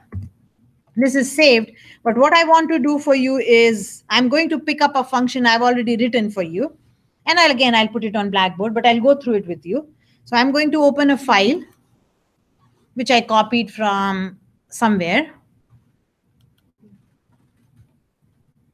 And I kept it because I thought, you know what, I didn't want to type it in. Here, I called it week 5 function 1. It's an odd name, but it was week 5, so I didn't think about it. And I just wrote a function for you. You can also nest functions. Oh yeah, you can. Yeah. We'll go one point at a time, right? We'll do a job at a time because it's introduction, right? So introduction is saying at least let's do one job at a time. Understand global and local variables, though there is more to come. I could do much more, but I'm again trying to keep it simple, not to confuse you, to get the idea to you as you grow in programming. If you grow, though you're CSTN students, you may not, but if you grow, then you can start doing more things with it. Okay, let's look at this small function I've written. 1, I'm hoping you did your assignment 2. You learned how to import the random module. We call them modules in Python. We call them packages in Java. Okay. So the random module was imported. I'm hoping you did it because without that you couldn't have used the rand-in function that was available. What I've done here is I've defined a simple function called getAnswer. I just wanted to show it to you. So it was not very big. So I just kind of copied and pasted and showed it to you. I say take something from the user. I'm assuming it is a number because notice how I'm comparing it with 1, 2, 3, 4, 5. I've used an if statement. You're all aware with if. Instead of writing else, ifs, just the code becomes too big for me. If elif is available, why not? But again, I leave it to you. If putting if else inside the else makes it more easy, that's fine, right? And then I write my else ifs. I create a random number between 1 and 9. Why? Because that's what I need. That's what I need. I call the function. I put it in a return variable and I print it. Right? And it should work. No, it doesn't work. What did I miss? Indentation is wrong somewhere. That's what happens when you copy and paste. But where is the indentation wrong? It's right here where it says unindent does not match any other indentation level. Oh, there it is. Right here. The if was away. The if was 1 column away. So elif didn't match it. Okay, let's try it again. It says, how is it saying yes? How do you know which random number? Now, because it was something that the computer was thinking. So let's do this. I'll give you a break in 1 minute. Promise. I just saw the time. So just so that you know what random number was chosen, because how will I know? And that's what I said. Show me the random number the computer thinks. Otherwise, how will I know? How will I know what to play? Is won or lost? Was it really what it was? So let's try it again. So now this time it will say 7. So 7, 7, 7, 7. My reply is no. My reply is no. Right? So just a very simple way if you didn't know how to use random. I'm hoping you did it. Hook or crook, ask a friend, whatever. And then hopefully that's all you needed in that guessing game and nothing was shared. But that's a simple example of a function. And a good example, you know what I mean? Like it just is randomly, and it's not very useful. It's something that is used when you talk to, for service, when you say dial, nobody talks to you, but your answers are kind of coming automatically. It's an automatic service. Oh, my system has crashed. What it does is it kind of picks up an answer looking at your words, keywords, crashed, computer, looks for an answer that will match computer and crash somehow, give you an answer. So the automated artificial intelligence. Right? So we'll take a break here and then I'll come back and do the guessing game for you using the function. Okay? Take a break. I just have to move. I just remembered I had said somebody I'll meet them at 9:15 because I usually give the break at 9:15. And I'll come back and answer any questions.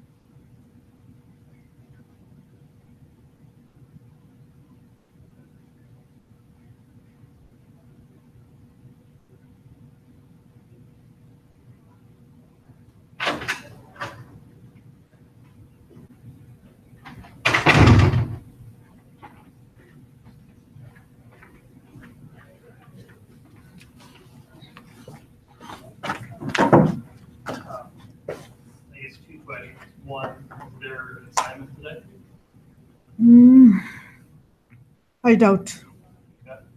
Two, did you want me to try and push that submission now? It still hasn't registered that there's been a submission. It's on Blackboard. Submit it on Blackboard. Is it open? I think it's still open, yeah. Okay. And put it in Blackboard, please. And when you hear back from Blackboard, let me know, please. Yep.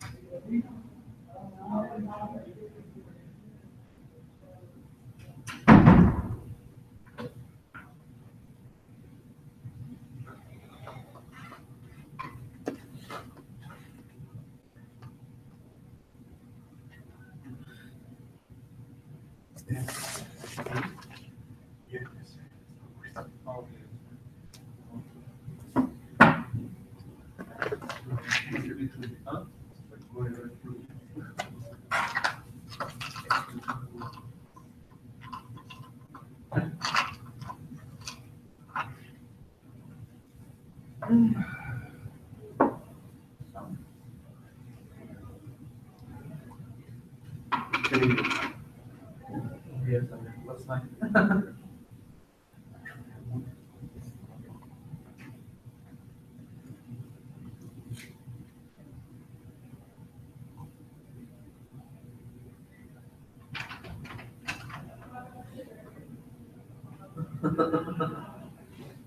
It's cold. Yeah. Pretty cold. For summer, it's cold. Really? Yeah. Less than anytime this month. Do you have plus 40 this hour? Plus 40, plus 45. It's a better trend. Humidity. Humidity 60%.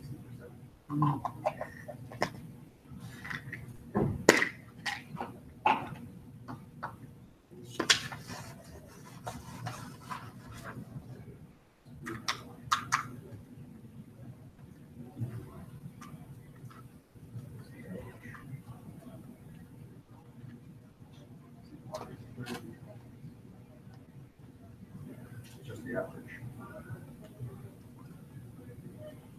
So this is going to. I think it's like.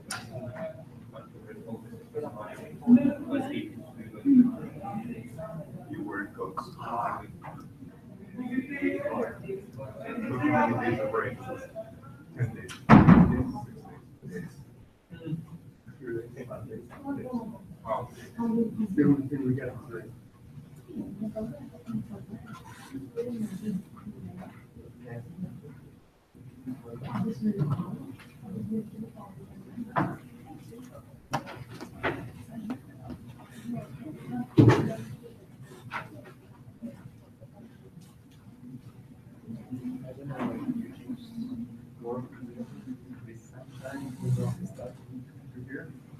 Both.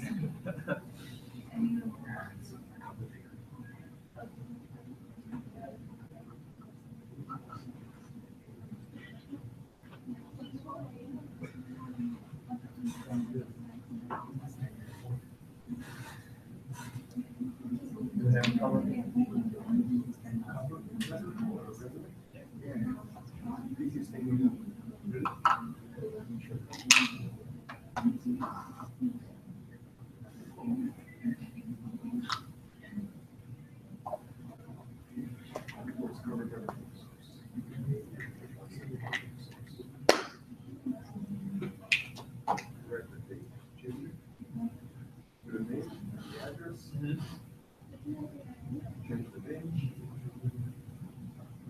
Change the position. Give yourself a little boost. It says, sure. Yeah.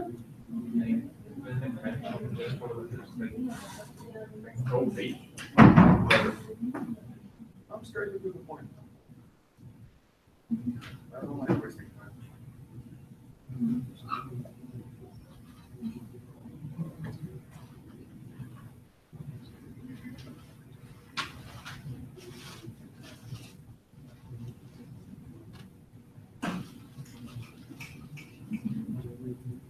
Look at my resume. That's what it says.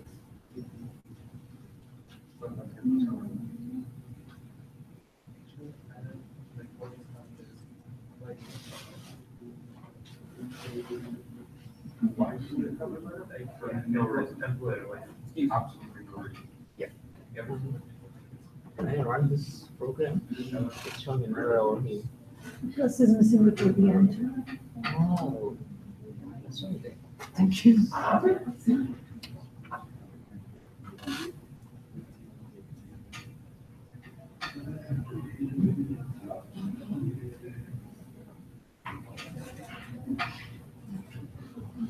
So I have a lot more like safety protocols for construction. So I included my compliance based hazard awareness and my heat stress awareness, as well as basic fault protection. You know what that means? Something on the floor, move it.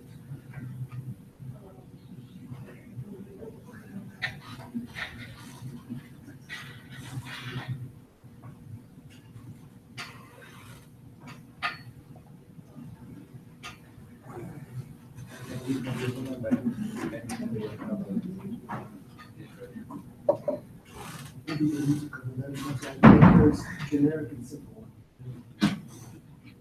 I can write like, Yeah, sure, but. as somebody that used to hire people, no. I used to see a long cover letter, I will ignore it, read the short cover letter, I would read it. Nobody that's doing hiring, like, puts a cover letter. The longer your cover letter is, the less likely like somebody will read it. Just think about it, it gets a stack of it. Yeah, like, that's resume. When I used to look for people to hire, I read every single cover letter. Like reading a book. Yeah.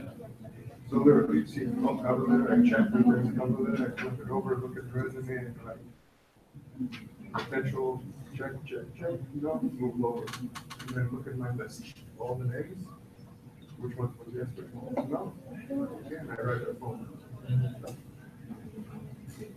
Common criteria.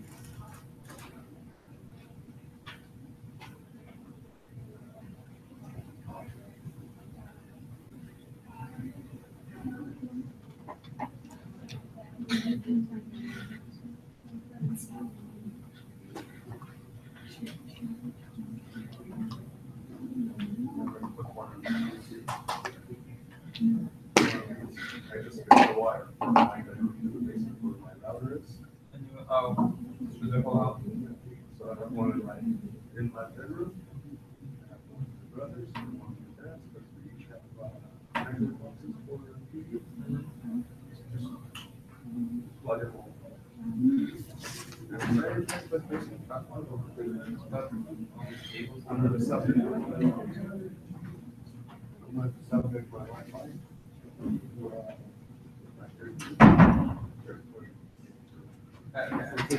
Guests. And also the view and all the other ones. So there's one. No, I just rather that if my neighbor decides that he wants to start packing, can't see it. Because really, that's what the problem is, right? Yeah.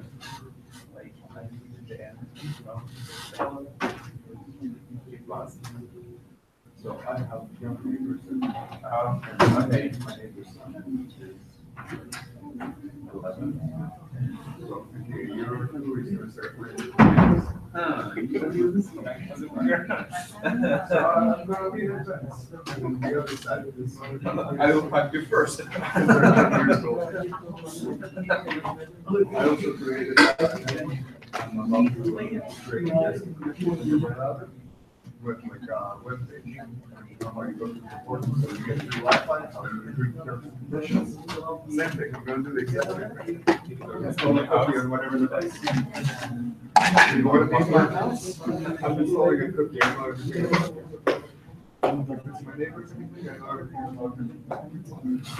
And I can do it. What happened to that? Why are you using my getting?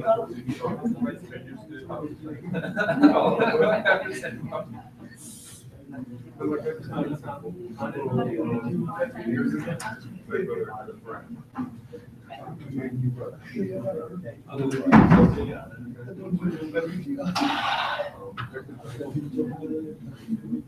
And I knew that because all my computers have this one, this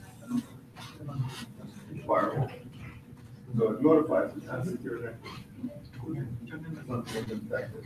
No, in my own house. As soon as you plug it in, my phone, my brother's phone, my wife, all the devices that have it, we're running crazy. So I also have on my phone an application to protect my home. So I have the Genie, because I have an NP router, so I can see which devices are connected, and I can shut them down. So I block them. It's useful.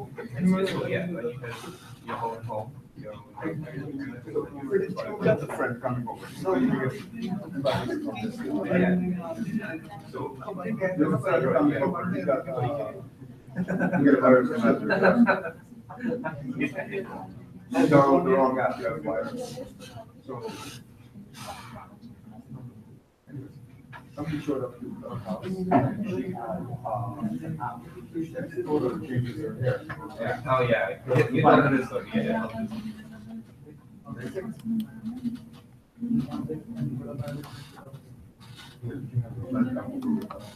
With the phone connected to your Wi-Fi.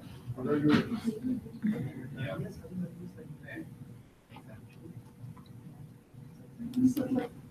A bit of space to uncover.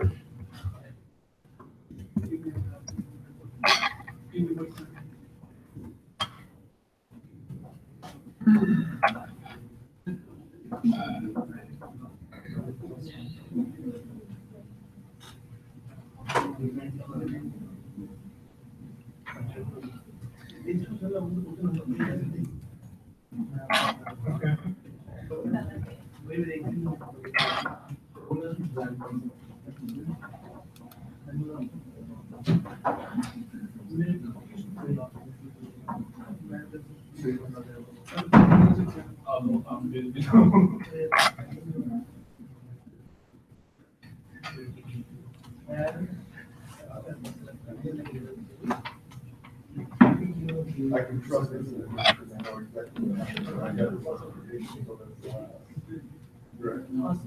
So it was very simple. Okay. Somebody scanning the network.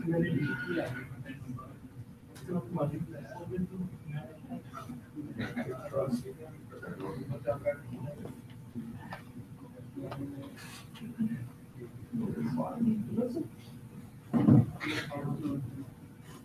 You see, I get a notification.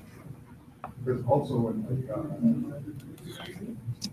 like tricks out or anything like that, I get the same notification. If I, somebody's scanning there.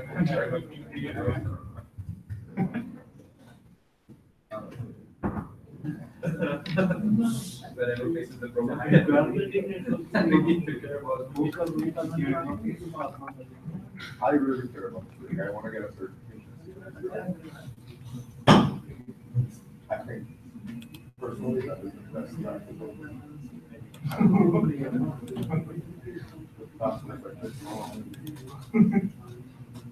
Just make it difficult for me. I need to create a new one because of the problem. I changed my password policy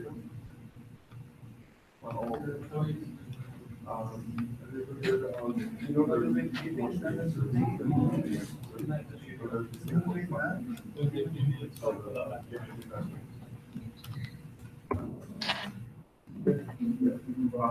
So instead of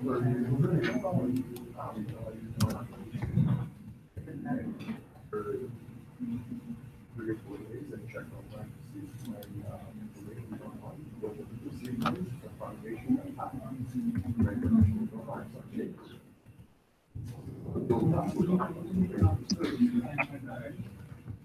So in that case, nobody knows that it's not your account.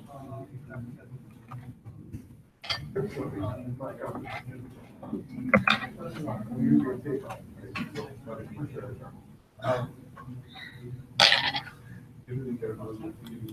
Yeah, I'm also getting rid of manager and buying Blackberry. Blackberry? The old ones, the OS size. Oh. I'm getting an old Blackberry. I just like my product.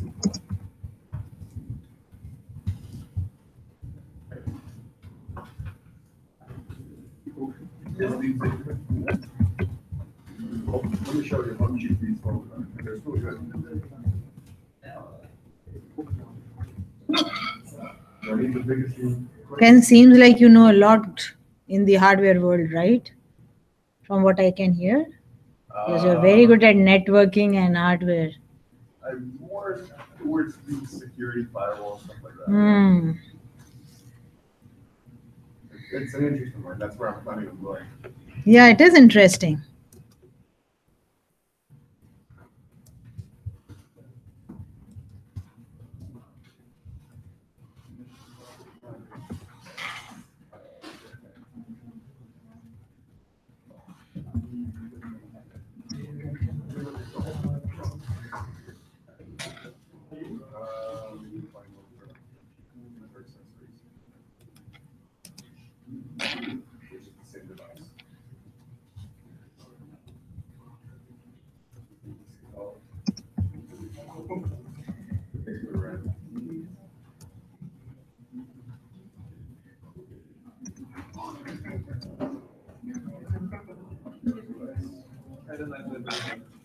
I love that.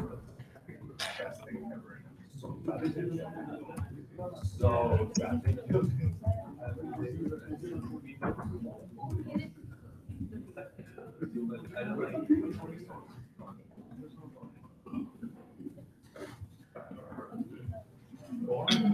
make everything about, yeah. Something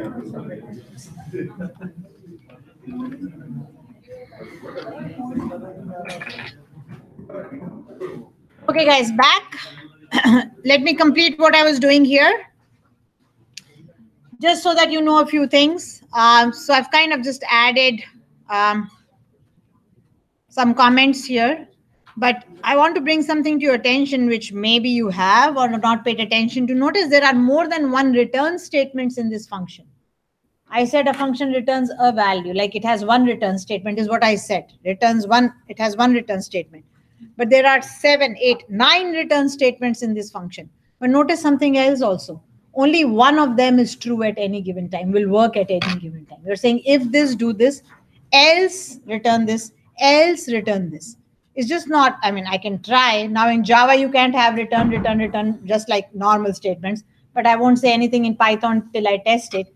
But of these return statements, only one is operative at any given time, just because they are in else if statement. Now, before I say anything at all, just because it's how it is, I'm going to, outside my if, I'm just going to write a return. I'll just say return, maybe an empty return works. Let's see. So what am I doing? I have, if nothing of these happens, it will still do a return, which is okay. But instead of one return, I'm going to do more than one returns, which is foolish, like it's useless. It may complain, it may not complain, I don't know. This is the if.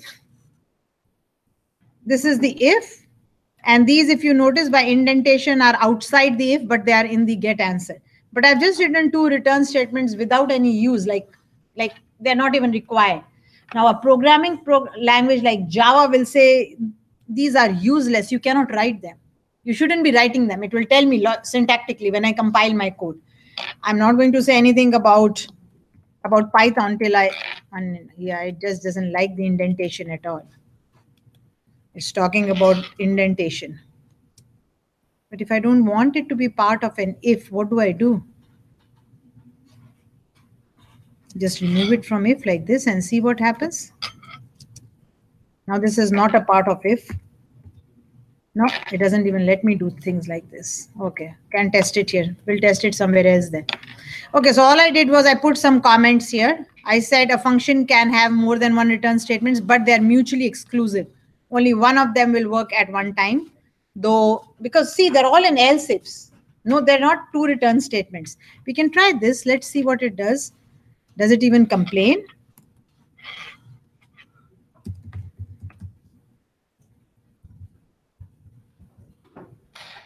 Syntactically wise, does it even complain that you can't do it? I don't know. Let's try.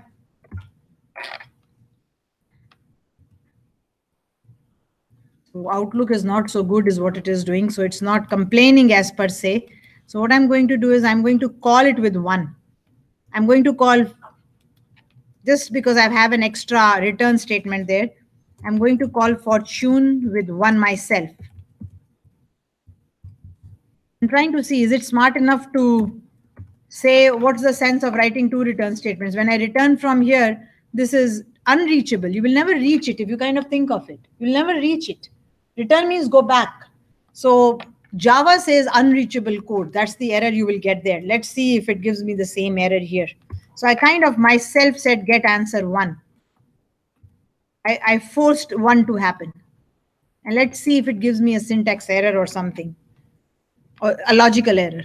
Source must be saved, do an OK. Nope, doesn't even do it. So all that is to waste, telling you, oh, don't write it. You will make mistakes like this. You won't even think about it. You'll say, oh, I can put 2 return statements, nothing will happen. But see, it's not at least saying return hello. It only says it is certain. That proves to you that it has gone back, right? But in Java, for example, you can't write 2 return statements like this because this will never, ever happen. As soon as I say return, this second return is useless. So it doesn't even allow the user to put a useless return statement. So languages like that are better because you're not making mistakes. Like you're thinking logically and saying, oh, that's useless. Why am I writing a return statement here?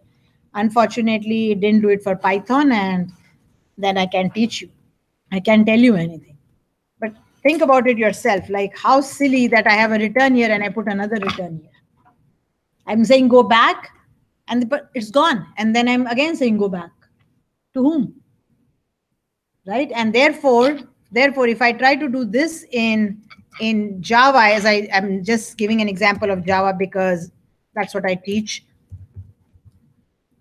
And it will give you an error. It will give you unreachable code because it is unreachable. Right? But it's working here.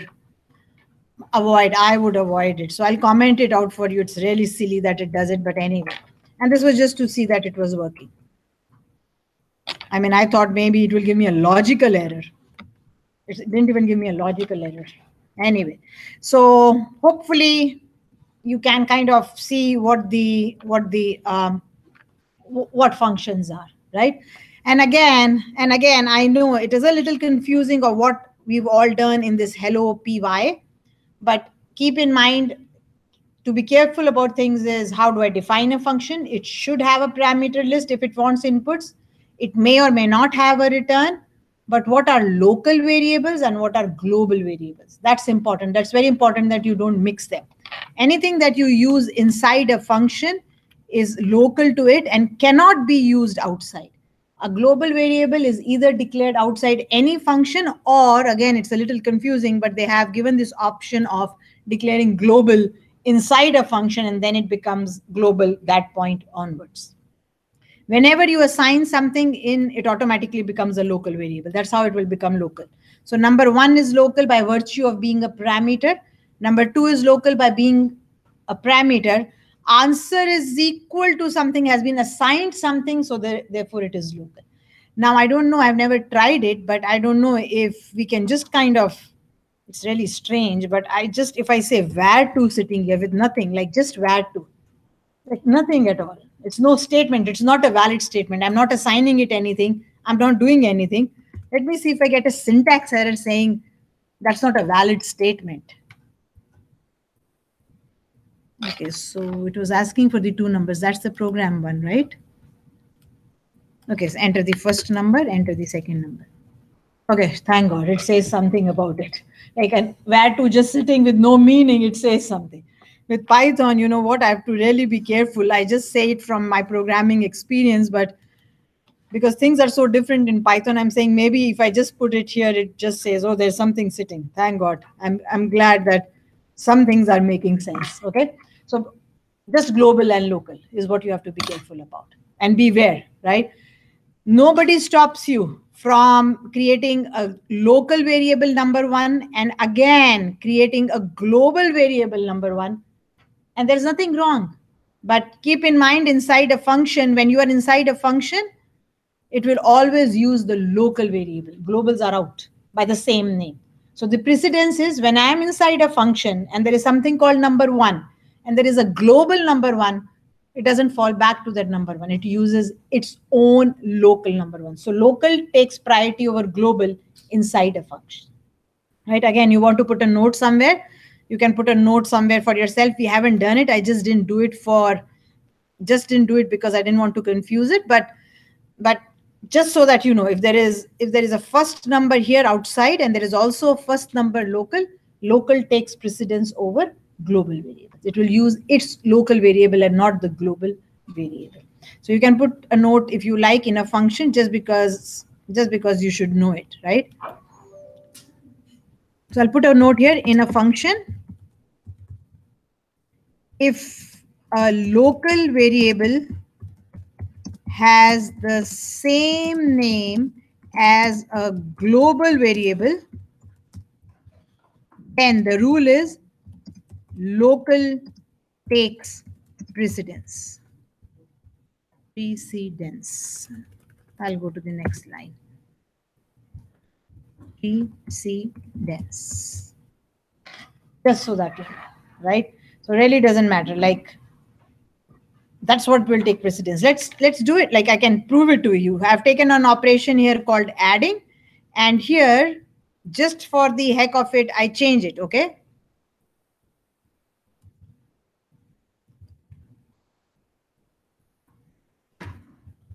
I change it to whatever. Subtracting, which is wrong, but I just do it.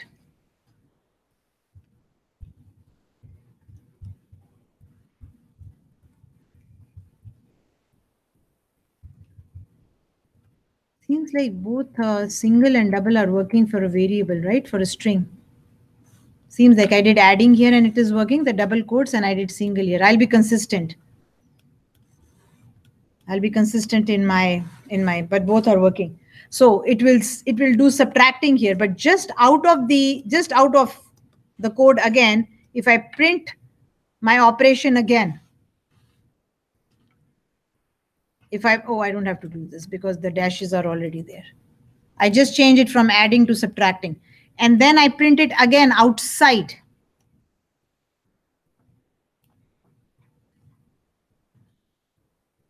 I can take that note, I can put it somewhere here. So it's wrong, but I want to show you. Just as an example. So I took an operation, I called it adding. I changed my mind and I made it subtracting here. Of course, it will write a wrong answer, but that's okay. I mean, you can go something like from add to adding. Maybe at least that looks much better, that I'm not doing, that I'm not making a mistake. And then outside, I again print it. I'm out of the function and I again print it.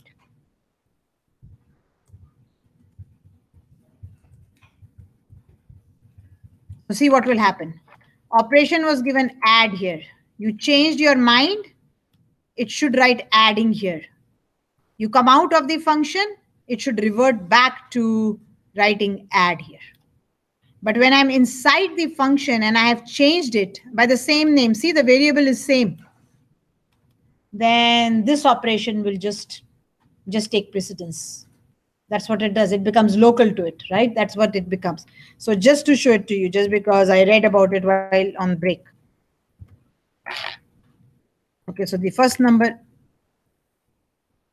Oh, didn't I change add to adding? Where is the? Oh, this add is coming from the bottom one. There, right? This add is coming from here. Yep, it is working. So let me show you what's happened. Why do you see the first add first? If I can see my mouse first.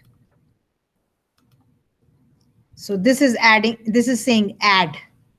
Then it called the function. When it called the function, I made it adding, and inside that it said adding. Right? So when it was inside and I changed its value, it became local. Okay? So you have to be a little careful. Locals and globals are always confusing, but you will get over it. Now I want to do something for you. Again, I'm going to open up because I didn't want to again waste time in class. And I've written that random number for you.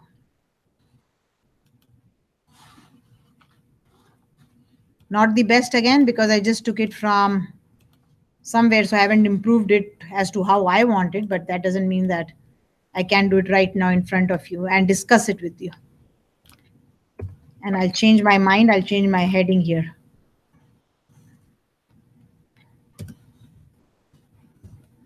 I don't know, what did I give you from 1 to 100? Write a guessing game using functions. What did I say? 1 to 100, I think, or did I take it from the user? No, I said 1 to 100, I think, right? Now that program was very kind of restricted in the sense, oh, you can only work from, you can only find the computer is, the guessing game is only 1 to 100. One, my aim is to make it more generic so that you understand it. Two, I'll make it interactive, which you've already learned that you can keep on going for like ever, in the sense while the answer is not Y. And again, I'll use a Y and a Y. How many of you went and looked at string functions and said, oh, what if she gives quit or something? That will come in an assignment. You'll do it yourself. But I'm going to write a function for you. Okay, so here, let's start. Right, so I'll use a while loop here. Right, and I'm going to say while confirm is equal to a Y, or confirm is equal to a capital Y. Keep on doing. Oh, the brackets are not needed. That's just again my habit. And I found out that it works. So I'll take a confirm variable. It's global for your information. Now that you know what is global, and I'll put Y in it.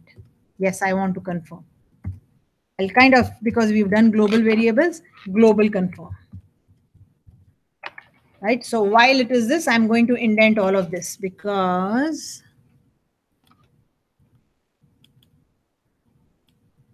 oh, good.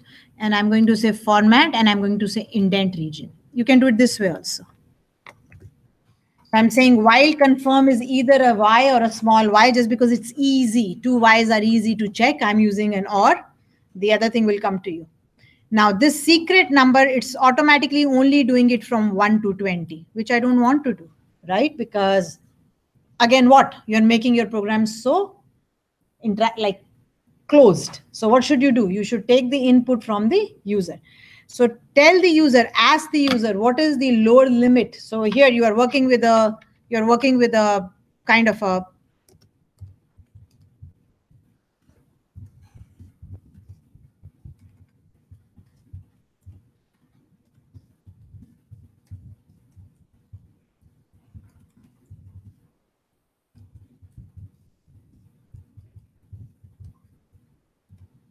right? So this is a guessing game. The user provides the lower and the upper limit. We can kind of put it in different lines. I've learned how to do printing in different lines in Python. Or continuation. I think it's, what is it? It's a blank and an underscore, if I'm not mistaken. You can kind of keep typing, right? I think that's how you do it. Anyway, the user provides the lower and upper limits. And I'll show you something else also today. Just so that you can see it. You can put separators also. Anyway, the user provides the upper and lower limits. For the range in which to play. Oh, no, it's not working. Oh, it was something. It was either underscore or maybe some other language. Who knows? Because I'm also doing VBA. I'm trying to learn VBA for my Excel students. I thought it was an underscore. Is it still an? Oh, okay. So it's a backslash. Hopefully it will work. Okay. Provides the lower and upper limits for the range in which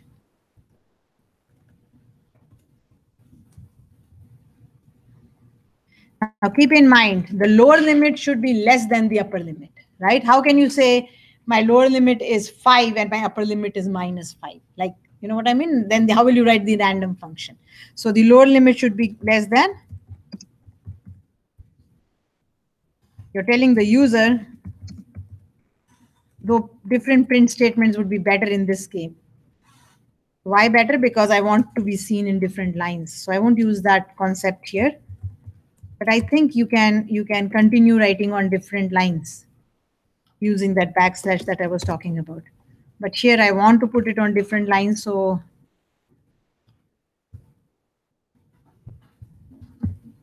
I saw it somewhere.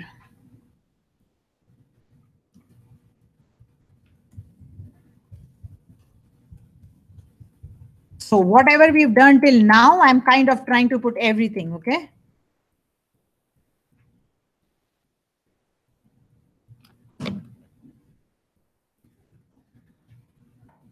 Be less than or equal to. I mean, equal means nothing in a sense, but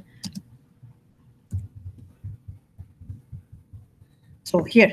So this is what the program kind of will say when it begins, right? And again, you can make it pretty. You can kind of give it good spacing or whatever. I'll start and it will keep on playing till now you'll say you can ask the user to confirm yes or no at the end. Or of course you can say, oh, the program will stop if you give both lower limit and upper limits to be 0. You can do that, right? So you can even do that. Print. You can say enter 0 for both limits to stop execution. So you don't even have to do confirm. Just to show you a different way, because we've already done the Y. So while, what would you like to call it? Lower limit is, what is the not equal in Python? I think this one. Correct me if I'm wrong, because again,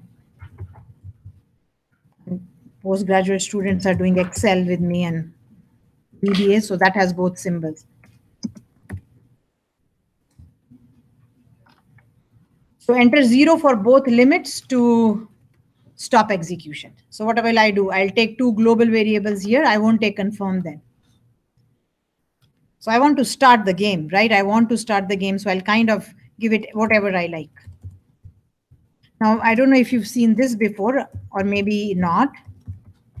I'll kind of give them both an O limit of 1 to start with. That way, at least the program will start, right? So this is a double assignment. The assignment is saying both lower limit and upper limit get 1. Why? Because I want to at least play the game once. So the loop starts. It's not equal to 0 and it is not equal to 0. And the first thing I'll do is I'll ask the user to input the lower limit. So what do you do? How do you do that? So we'll call it lower limit. Remember, it should be an integer, right? So I'm going to say int. I'm going to say input. And I'm going to say, please enter a whole number for the lower limit. right, of the game.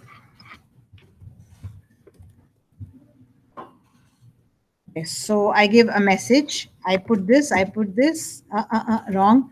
I put the colon, I put this here, right? I take the lower limit from the user. So the program will start, but as soon as it starts, it asks you the question. You don't want to play with 1, 1. So the aim was just to make the loop start so that the loop executes, and then you will do it with upper limit.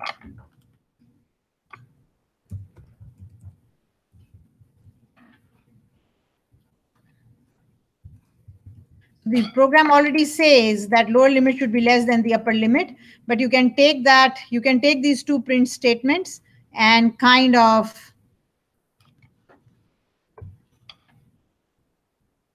add them here. And I can do something for you. Why don't I do it for you? Let me do it for you. I'm going to write a function right here, since we've done functions. So let's define a function called take input. Takes no parameters. Oops, forgot my colon. And I'm going to put the two print statements here, and I'm going to do the two print statements from here and put them here. And oh, the only problem is this will become, anyway, it doesn't matter. We'll do it. Okay. So now the rule is that the lower limit should be less than the upper limit, right? That's the rule you've done. So what will you do? You'll put a while loop here, right? So put a while loop here. While, till when do you want to go on? You want to go on till the upper, so when upper limit becomes more than the lower limit, you want to stop, right? So while the lower limit is less than, no, is more than the upper limit, keep on asking. Right? Now you'll say, is equality done? Like it's a useless one. You could give 20, 20. I mean, my upper limit is 20, my lower limit is 20, but it's kind of silly. Like, what game are you playing? So you could do it if you like. In that case, I'll just have to change this to maybe 1 to -1 and 1 to 1 something. But here I'm saying lower limit should be less than the upper limit. So I'm not even saying equal, it should be less. Enter 0 for both limits to stop. So I'm saying while lower limit is greater than upper limit, keep on asking. So we'll have to do something. Give me a minute. What we'll have to do is this. We'll take this. These are global variables. We'll take these and put it before the definition. They become global, right? Now they're global variable. They become global. So upper limit is defined. Lower limit is defined. The function, this is a function actually. It won't say anything. I mean, it was not necessary to move it. The function is not executed till you call it. So really, it really doesn't matter like where you declare them. So I don't want to confuse you, or they have to be right in the front. The function is not called. It's just a definition, right? It's only when it is called that it must be. Then you say while lower limit is not equal to 0 and upper limit is not equal to 0, keep doing it. What do? You kind of come here and you call that function. You call the function take input. Now here is something that I'm doing, which I said don't do with global variables.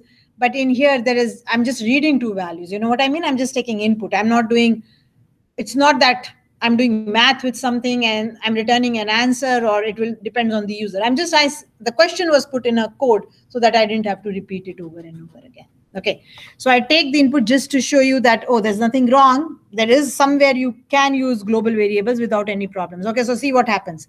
They are both given 1. Yes. Is it not equal to 0? Not equal to 0. Is upper limit not equal to 0? Yes, it is not equal to 0. Call the function take input. Comes here.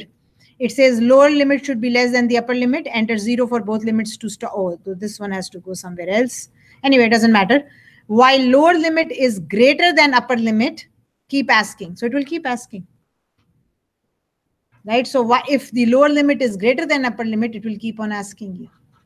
It won't come out of it. Once it does that, it will come out of it. Right? It will come out of it. Now we have to take care of this 0 thing that will kind of stop execution. Okay, think for a minute. What? Because I've only allowed greater than.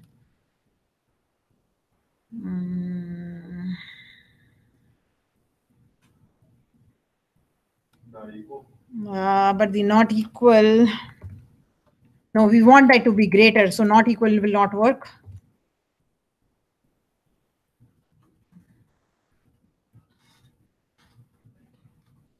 Not equal will not work because not equal can be one can be less greater than equal.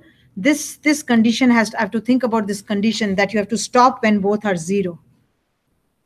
And this will not allow it. It won't allow me to give a both equal to 0 because I've said our lower limit should be greater than upper limit. If I allow the equality, which is kind of silly, I mean, it's really silly, but that will, I mean, if you're saying I'll play the game with 1, 1. My lower limit is 1 and upper limit is 1. What number are you guessing? Like there is only one number, but okay, so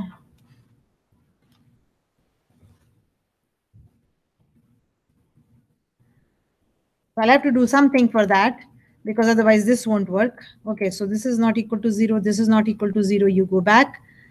What happens is while it is greater than or equal to 0, it keeps on. It asks. It asks. It asks.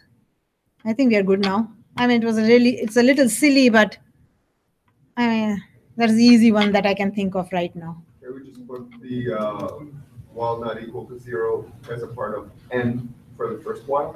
With an and here? Yeah. Let me think what you're saying. Or, sorry. Or, yeah, not an and. I think we'll keep it this way just because it's easy. I can think of it and I can figure out, but don't want to waste time right now and see if it works. Maybe that we could do, but here I started with 1 and 1. So they're not equal to 0, not equal to 0 will enter the loop. Take input is called. It says lower limit should be less than the upper limit. Enter 0 for both limits to stop. And again, just to make it a little pretty, you can kind of do a print like this, and it's kind of. So every time the kind of message comes, you'll kind of see this. It will say input, and then it will say lower limit should be less than the upper limit. Enter 0 for both limits to stop. Please enter a whole number. Please enter a whole number. Right? I didn't close the brackets. Thank you. Good eyes. Keeps me. And again, just because it's an input, I can put another statement here. This time without the word input. And it will look just neater. Okay, so I've taken my input, right? And my loop will stop if both my limits are 0. It will ask for upper limit and lower limit and will keep on asking till you give a lower limit less than the upper limit. Okay, so that job done. I've made it interactive, right? Which you were not supposed to do, I think, but I've done it for you. 1. And instead of using the y and the y, I've used a different condition. You can use any condition you like. So this is to show you, oh, you don't have to ask the user. So I am asking the user, but that's my input. I'm not asking anything extra of the user. So I'm taking 2 inputs and I stop if both are 0. Make sense? If both are 0, I don't want to go on. Okay. Now I take the input. Now what should you do here? What should you change this to? You should change it to. The computer is thinking of a number between the lower and the upper limit. That's the secret number. I don't have to say 1, 20. I don't have to say 1, 100. The lower limit, upper limit, whatever it is, really doesn't matter, right? So this secret number, so take the input from the user.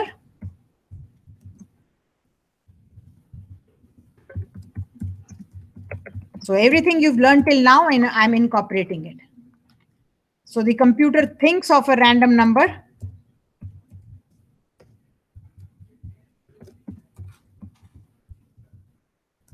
In that range.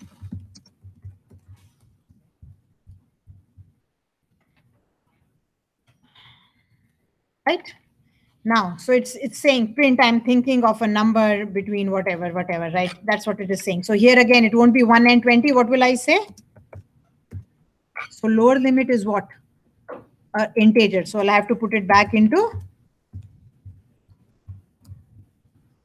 string. Don't forget your pluses. Pluses create problems. Blanks are good to see, please.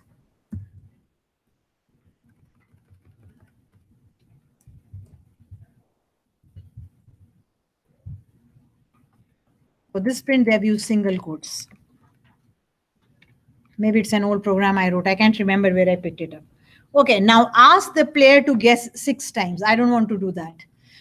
I told you that, oh, do it 5 times. But what if the user guesses? I don't want to do it 6 times for all. If I win, I win. You know what I mean? The user has won. So I'm going to ask the user, I will do an upper limit. I gave you 5 chances. So I'll give the user an upper limit, but I also want to stop if the user has won the game. Why would you like to say the user wins the first time and you still say, give me 5 more guesses? That's really silly. So this is not a good program. So ask the player to guess, we'll do 5 times or till game is won. Right, so you will see this program. It's actually in your Automate the Boring Stuff online book if you've ever read it. I don't know how many of you are reading the book. I definitely read the book because I want to see which topics have to be covered. So this is where I picked up from and I don't like it. So what should be your while here? What should be your while here? I'll use a while here, right? So while the user has not won or, okay, so we'll have to ask the player to guess 5 times or till game is won. So we have to do a few things. Where do we start? So we start with guess number. My guess number to start with is what? 1. That's my guess number. And what is the other thing you want to start with? Flag, right? So flag means status of your game, right? So I'll take it as flag, which is you can take it to be true or false, or you can take it to be a string variable. So it's saying 1. So I'll make it false or true. So the user has not yet won. So we'll do a false. Boolean variable. Make sense? So the user has not yet won and your guess number is 1. Now, what is your loop? Your loop is, now you're allowed to put this in brackets. If you don't want to, that's fine. Syntactically, in all mostly programming languages, you put the while condition in brackets. It just makes it easy to read. Python doesn't do it. So I'll try avoiding it. But if I do, don't it's just me doing it. Okay, so while what now? While your flag is false. So what does it? I can say while flag is false, or I can say while not flag. So unless you won the game and your number of guesses or guess number is less than or equal to 5. That's the loop, not the for loop. The for loop is not a good loop at all. Why? Because what are you kind of saying, right? Now, you can take a guess from the user. You can take the input from the user and so on. Now, what I'm going to do is I'm again going to write a function. In that function, this checking, if the guess is the secret number, I'm going to pass it all here. So I'm going to say take a guess. Then I'm going to take the guess from the user, right? Take a guess and I'm going to give him a little more idea. Take a guess what? Take a guess and I'm going to say between. And this is how programs can be improved. I'm going to show him the lower limit.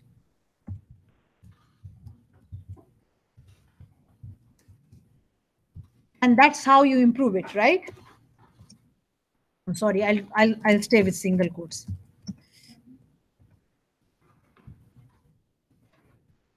Make sense? So take a guess. What the kind of saying take a guess. What guess am I taking? So take a guess or think of a number. So take a guess between, it will say 1 and 10. Instead of and, you can say through. Through means they are included. Through means they're included. The 1 and the 10 minus 5 and 5. That's what the English through means, right? So now it's better. Take a guess was take a guess what? So remember, input prompt messages are important, right? So that's what I've done. I've improved it. And I let the user take the guess. I convert it into an int because I'm working with ints. Hopefully I've done that here. Yes, I've inverted with it. Now what I'm going to do is I'm going to call a function and I'm going to say check the guess, right? So I'm going to take an answer back or a result back. And I'm going to say check.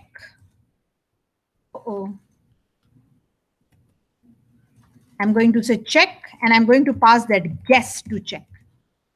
Now, who is this check? Check is the function. Check is a function that will do the checking. Okay, so let's write it here. So this function compares the user guess against the secret number. That's what it does.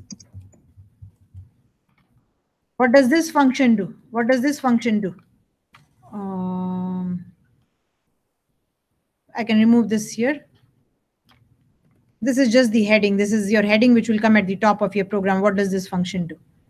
What does this function do? This function takes two integers from the user, the lower and upper limits, and validates them. Now, what do you mean by validates? Validates is what's written inside. You don't have to kind of tell what does validate mean. That's what it means. Okay, so that's done. Now, how do you write the check function? It's an independent. Don't even think about, oh, what do I have to do? What do you have to do? What do you have to do in this check? So it's called check. What was it? Check guess, I think we called it, right? We called it check guess. Let's call it check guess. I can't even remember. And we passed it a guess. I am by default. I'm just making a parameter here because I've already said that you should make parameters. I'm not even concerned with what it was called in the main program. I don't even want to know. It could be something like a big project. I say, you do this, you do this, you do this, you do this. You don't want to communicate with each other. You're all writing independent functions. I'll just combine them. Right? So you're writing a function called check guess that takes a guess and compares it against what? It compares it against the secret number. So what I'm going to do is when I kind of call the check guess, I'm going to take that check guess. I'm going to pass the guess, and I'm also going to pass the secret number, which was called secret number.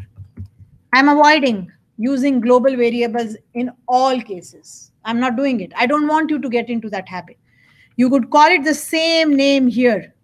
I'm just trying to tell you, you could call it the same name here. But please understand that these are not those global variables. These are local variables. You've copied the values, right? Even though they are called same. There's no depth before check guess. Thank you.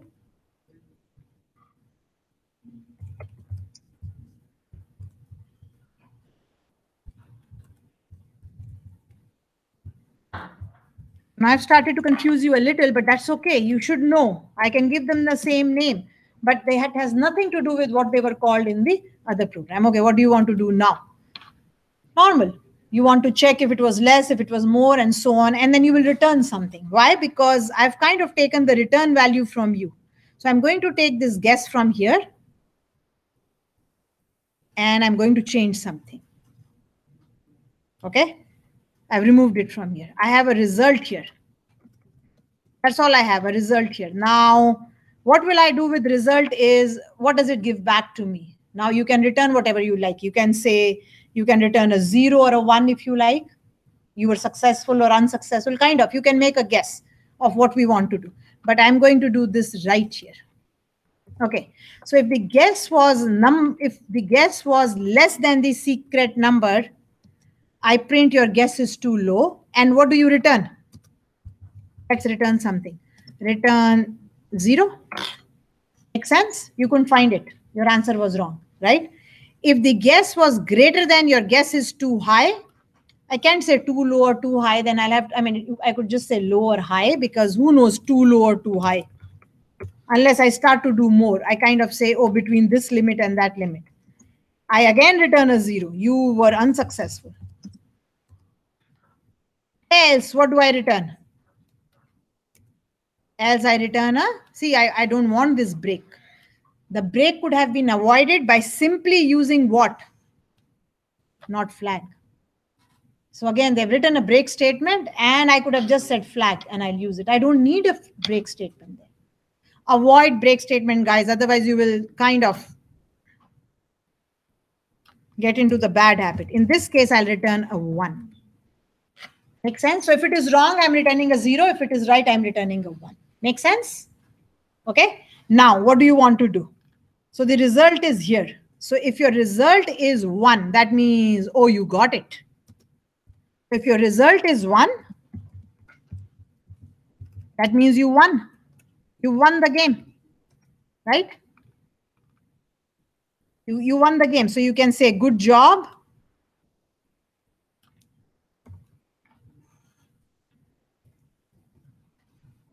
You can say print, good job. You guessed my number in, and here instead of guesses taken, we have to say guess number. That's what I called it.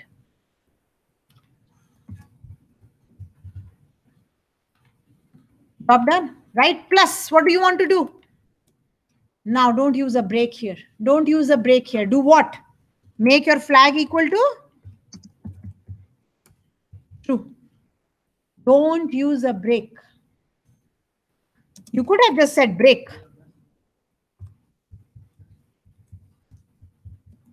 Do not use a break. You can avoid a break. You could have said break here. You'll say, oh, I don't need the flag. Well, it's more work. That's not what it is. It's not more work. And if the user fails and the loop finishes, everything finishes, and there is nothing that it can be done, then what do? We kind of print this message. We kind of print this message. And where do we print this message is the big thing. This print message has to go with, oh, now we'll have to think a little. I don't want to print this message if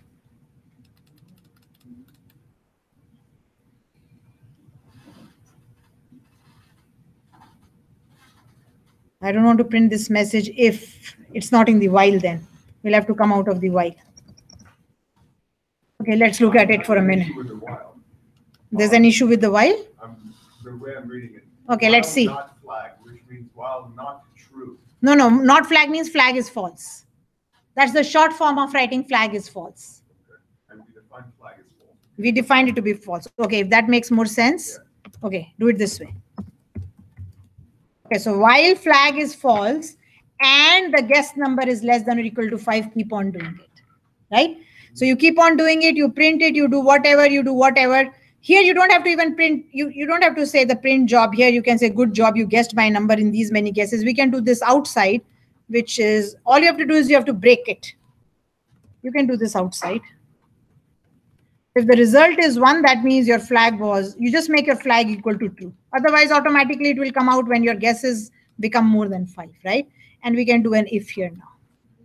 If your flag was true, that means you got it.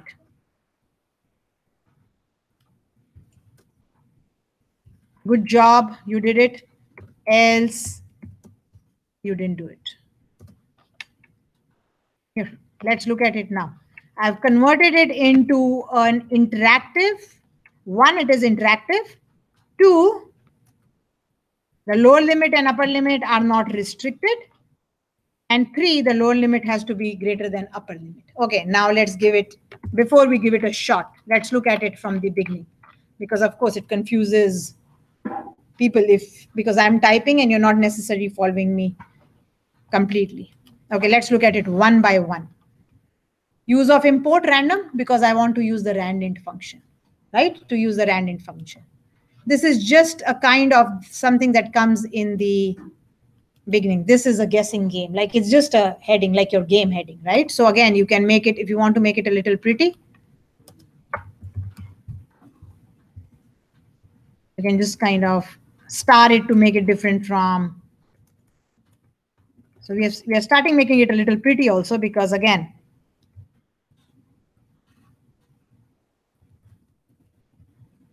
I'll remember not to put my quotes in double quotes. I want to be consistent.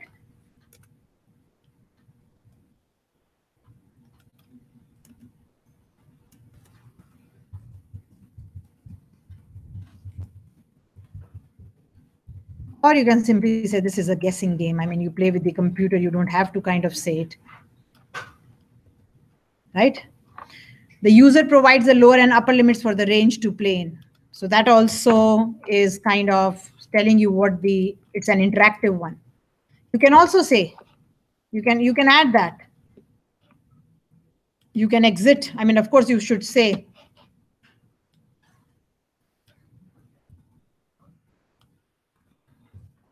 you can say enter 0 for both limits to stop the game instead of saying stop the execution, because we don't want to use any terms that are not common man. That's your first thing you have to remember. There. Okay, so that's how it will start. Make sense? Okay, now let's look at the function. I've written a function called take input. I could have passed the parameters and there is nothing wrong in it at all, but I just am showing you something that is not necessarily important to pass parameters with. I take the input from the user. I say while the lower limit is greater than or equal to upper limit, keep on doing it. So when this function is called, see what the condition is. That's what is important. Take the input. Both are 1. Oh, it will stop. No, while it is equal. Okay, keep on doing it. Okay, so what will it do? It will say lower limit should be less than the upper limit. Enter 0 for both limits to stop the game. Please enter a whole number for the lower limit. Please enter a whole number for the upper limit. Right? It will keep on saying this. If you want to make it better, you can also add, oh, your lower limit is less than upper limit. Please enter again. So you can always put a if here, and before it comes up, you can always put an if here, just to make it neater and more. And so if your lower limit is less than the upper limit, then you can tell the user, you can print a message. You can print a message, lower limit must be less than the upper limit. So you can say, I mean, it's up to you. Invalid input. And you can say what the invalid input is. You can say lower limit should be less than the upper limit.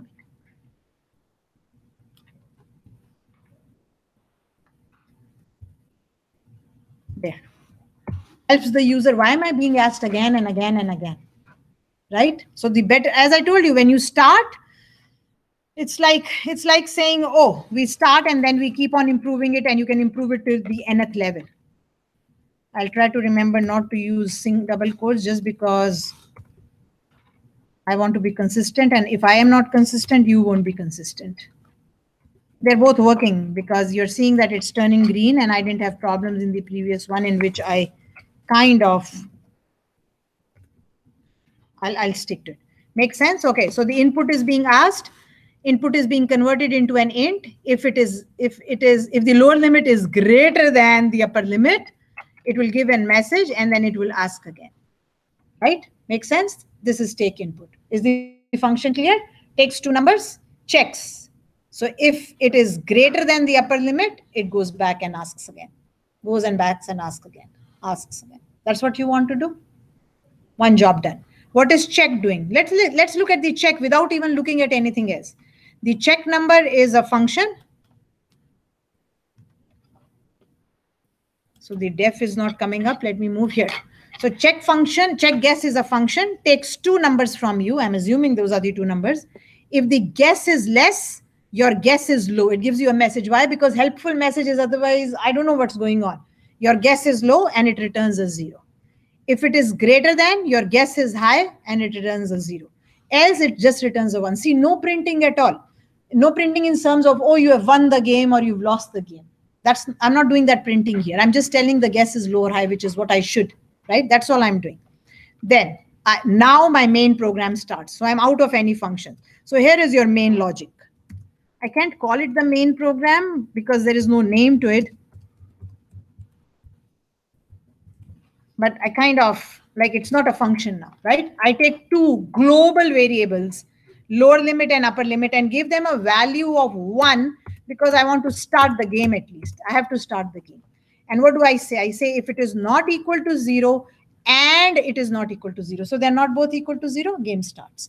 As soon as the game starts, I take the input from the user. I don't want to work with 1, 1.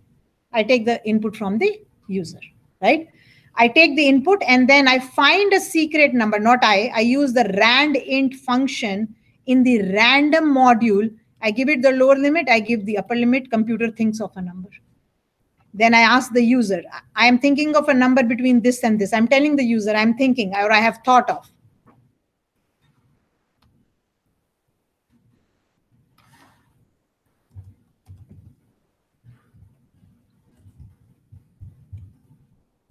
Okay, so that's what I tell the user. I have done it. Now I am trying to tell the user, you do your job. Oh, this while is out of place.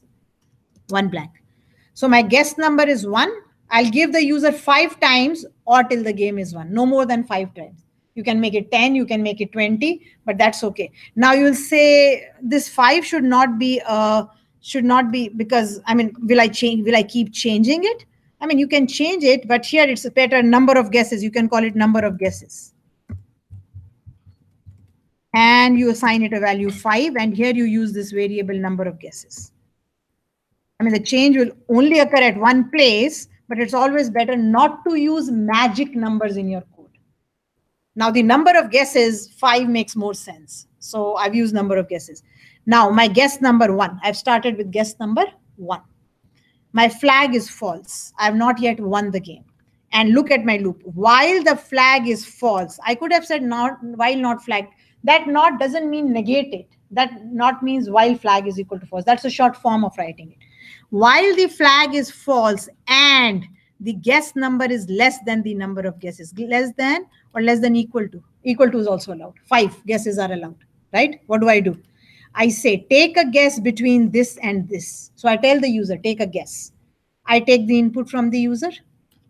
Right? Now this message comes first, take a guess.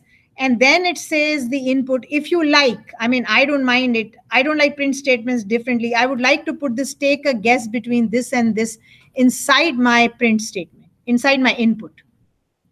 Don't you think that would be better? Just because print is coming separately and the input is coming separately. I'll kind of take this message, which will go till here, remove it from here and put it inside here. I don't know if I can, I don't think print needs it, but here I don't need it at all. Oh, I have to show the value. Okay, so I'll have to do it. I don't know about how input works. Does it also require strings? Let's see. If the input also requires string, we'll have to do it. So now let's see if my brackets are correct at the end. So that's for input.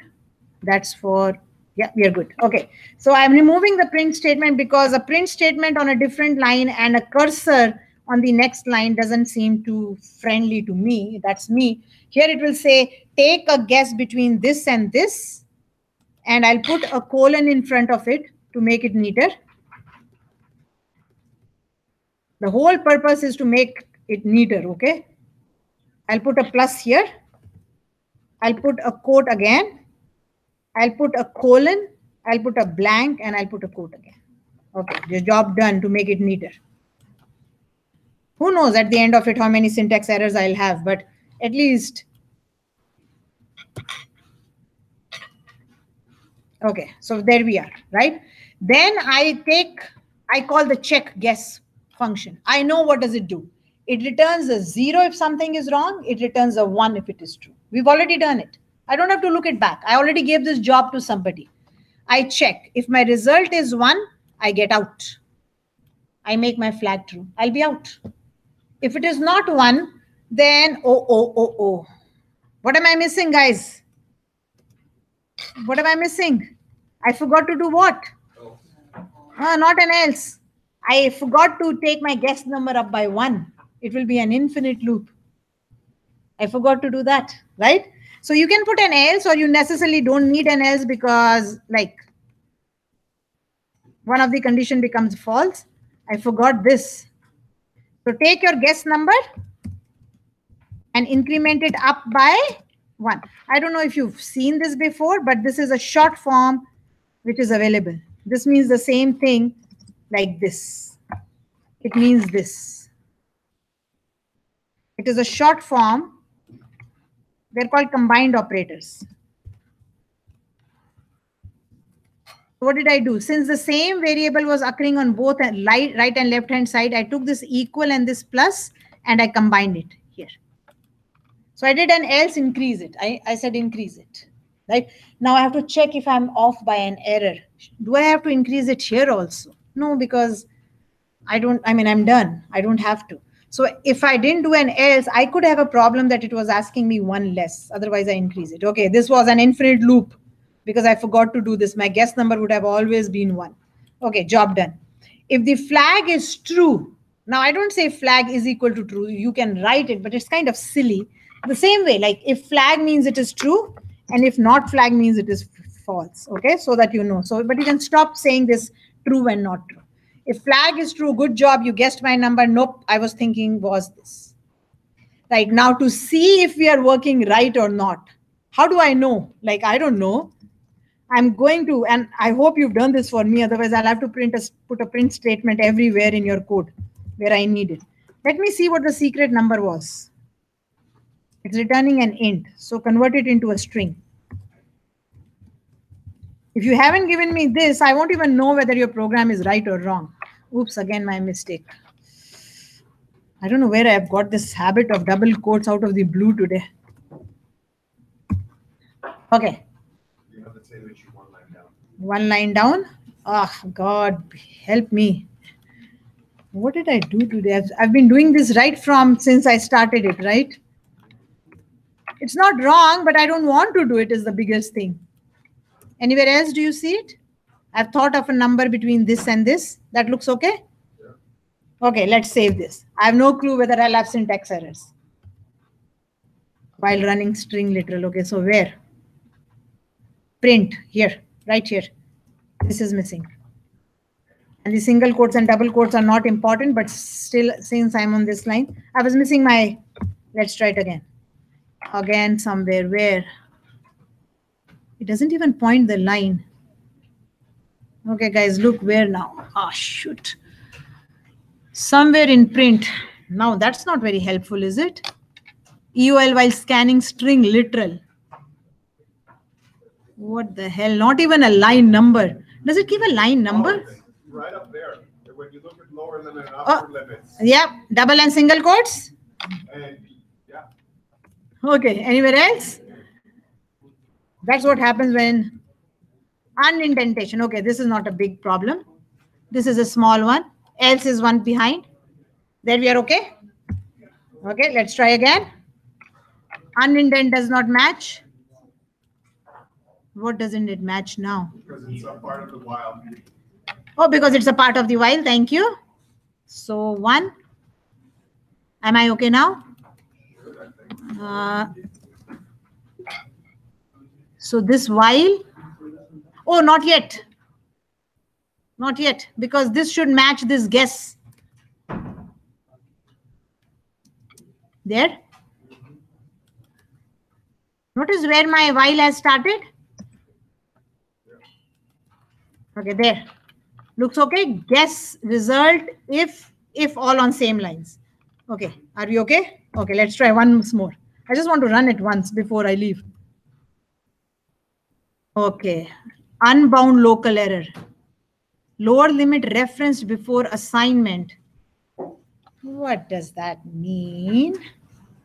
I think I know what does that mean, but I'll try that. Where is guessing game? Yeah, set up above. That's really silly, but anyway. I hope I've taken the whole thing. No, I didn't.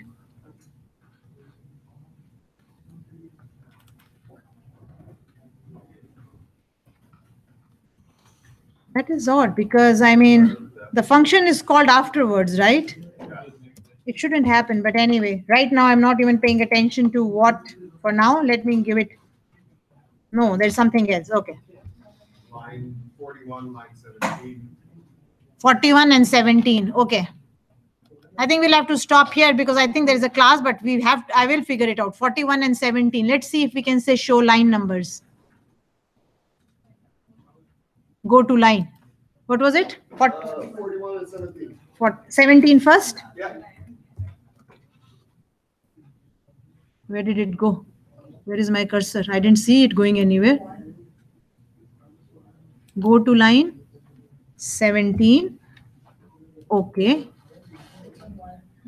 Where is it? Where do you see? Oh, there it is. Why?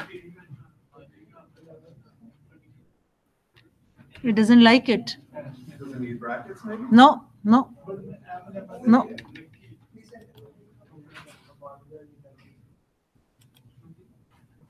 Unbound local variable referenced before assignment.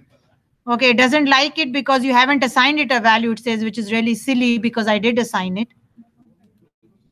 Unless the double assignment is not working. But that doesn't make sense to me. Where? Oh, in the end of print. Which line? Your print line in the while loop. Under input, those two lines, yeah. This one? Two lines up. Yeah. No, I think I did. Bracket? No brackets? No, there they are. No, we had them. No, it's talking about an unbound. It said you haven't given it a value, which is very silly because I have it here, but maybe just because, okay, let's try that again. If that's not it, then I'll have to look at it. No, it's something else. Okay, I'll have to look at it. No worries. No worries. We'll come back and look at it. So what I'll do is I'll put it on Blackboard for you guys, whatever I've done today, but then we have to figure out there is a syntax error here. I will figure it out, but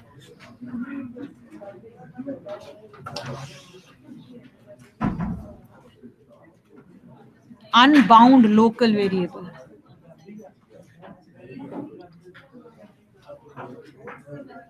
Which is strange.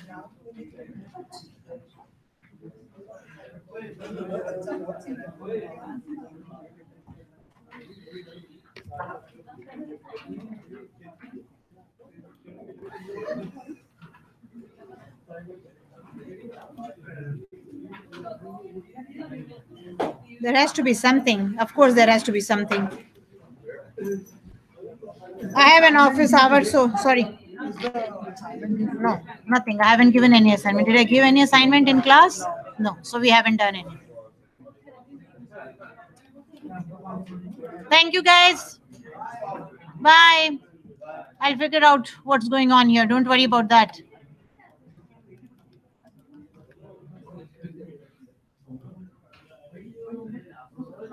Hello. Ma'am, is there any in class assignment for today? No, we haven't done anything today. No. Okay. I'll think about it and maybe next time or take home or something like that. Okay, so it will be like from what we have done today. Functions, yes. Okay. Okay. Yeah, thank you. No problem. So I'm not putting the wrong program up yet on Blackboard, but if you want, I will. But it's not running. Something is wrong with it. Okay. And I have to figure out what's wrong.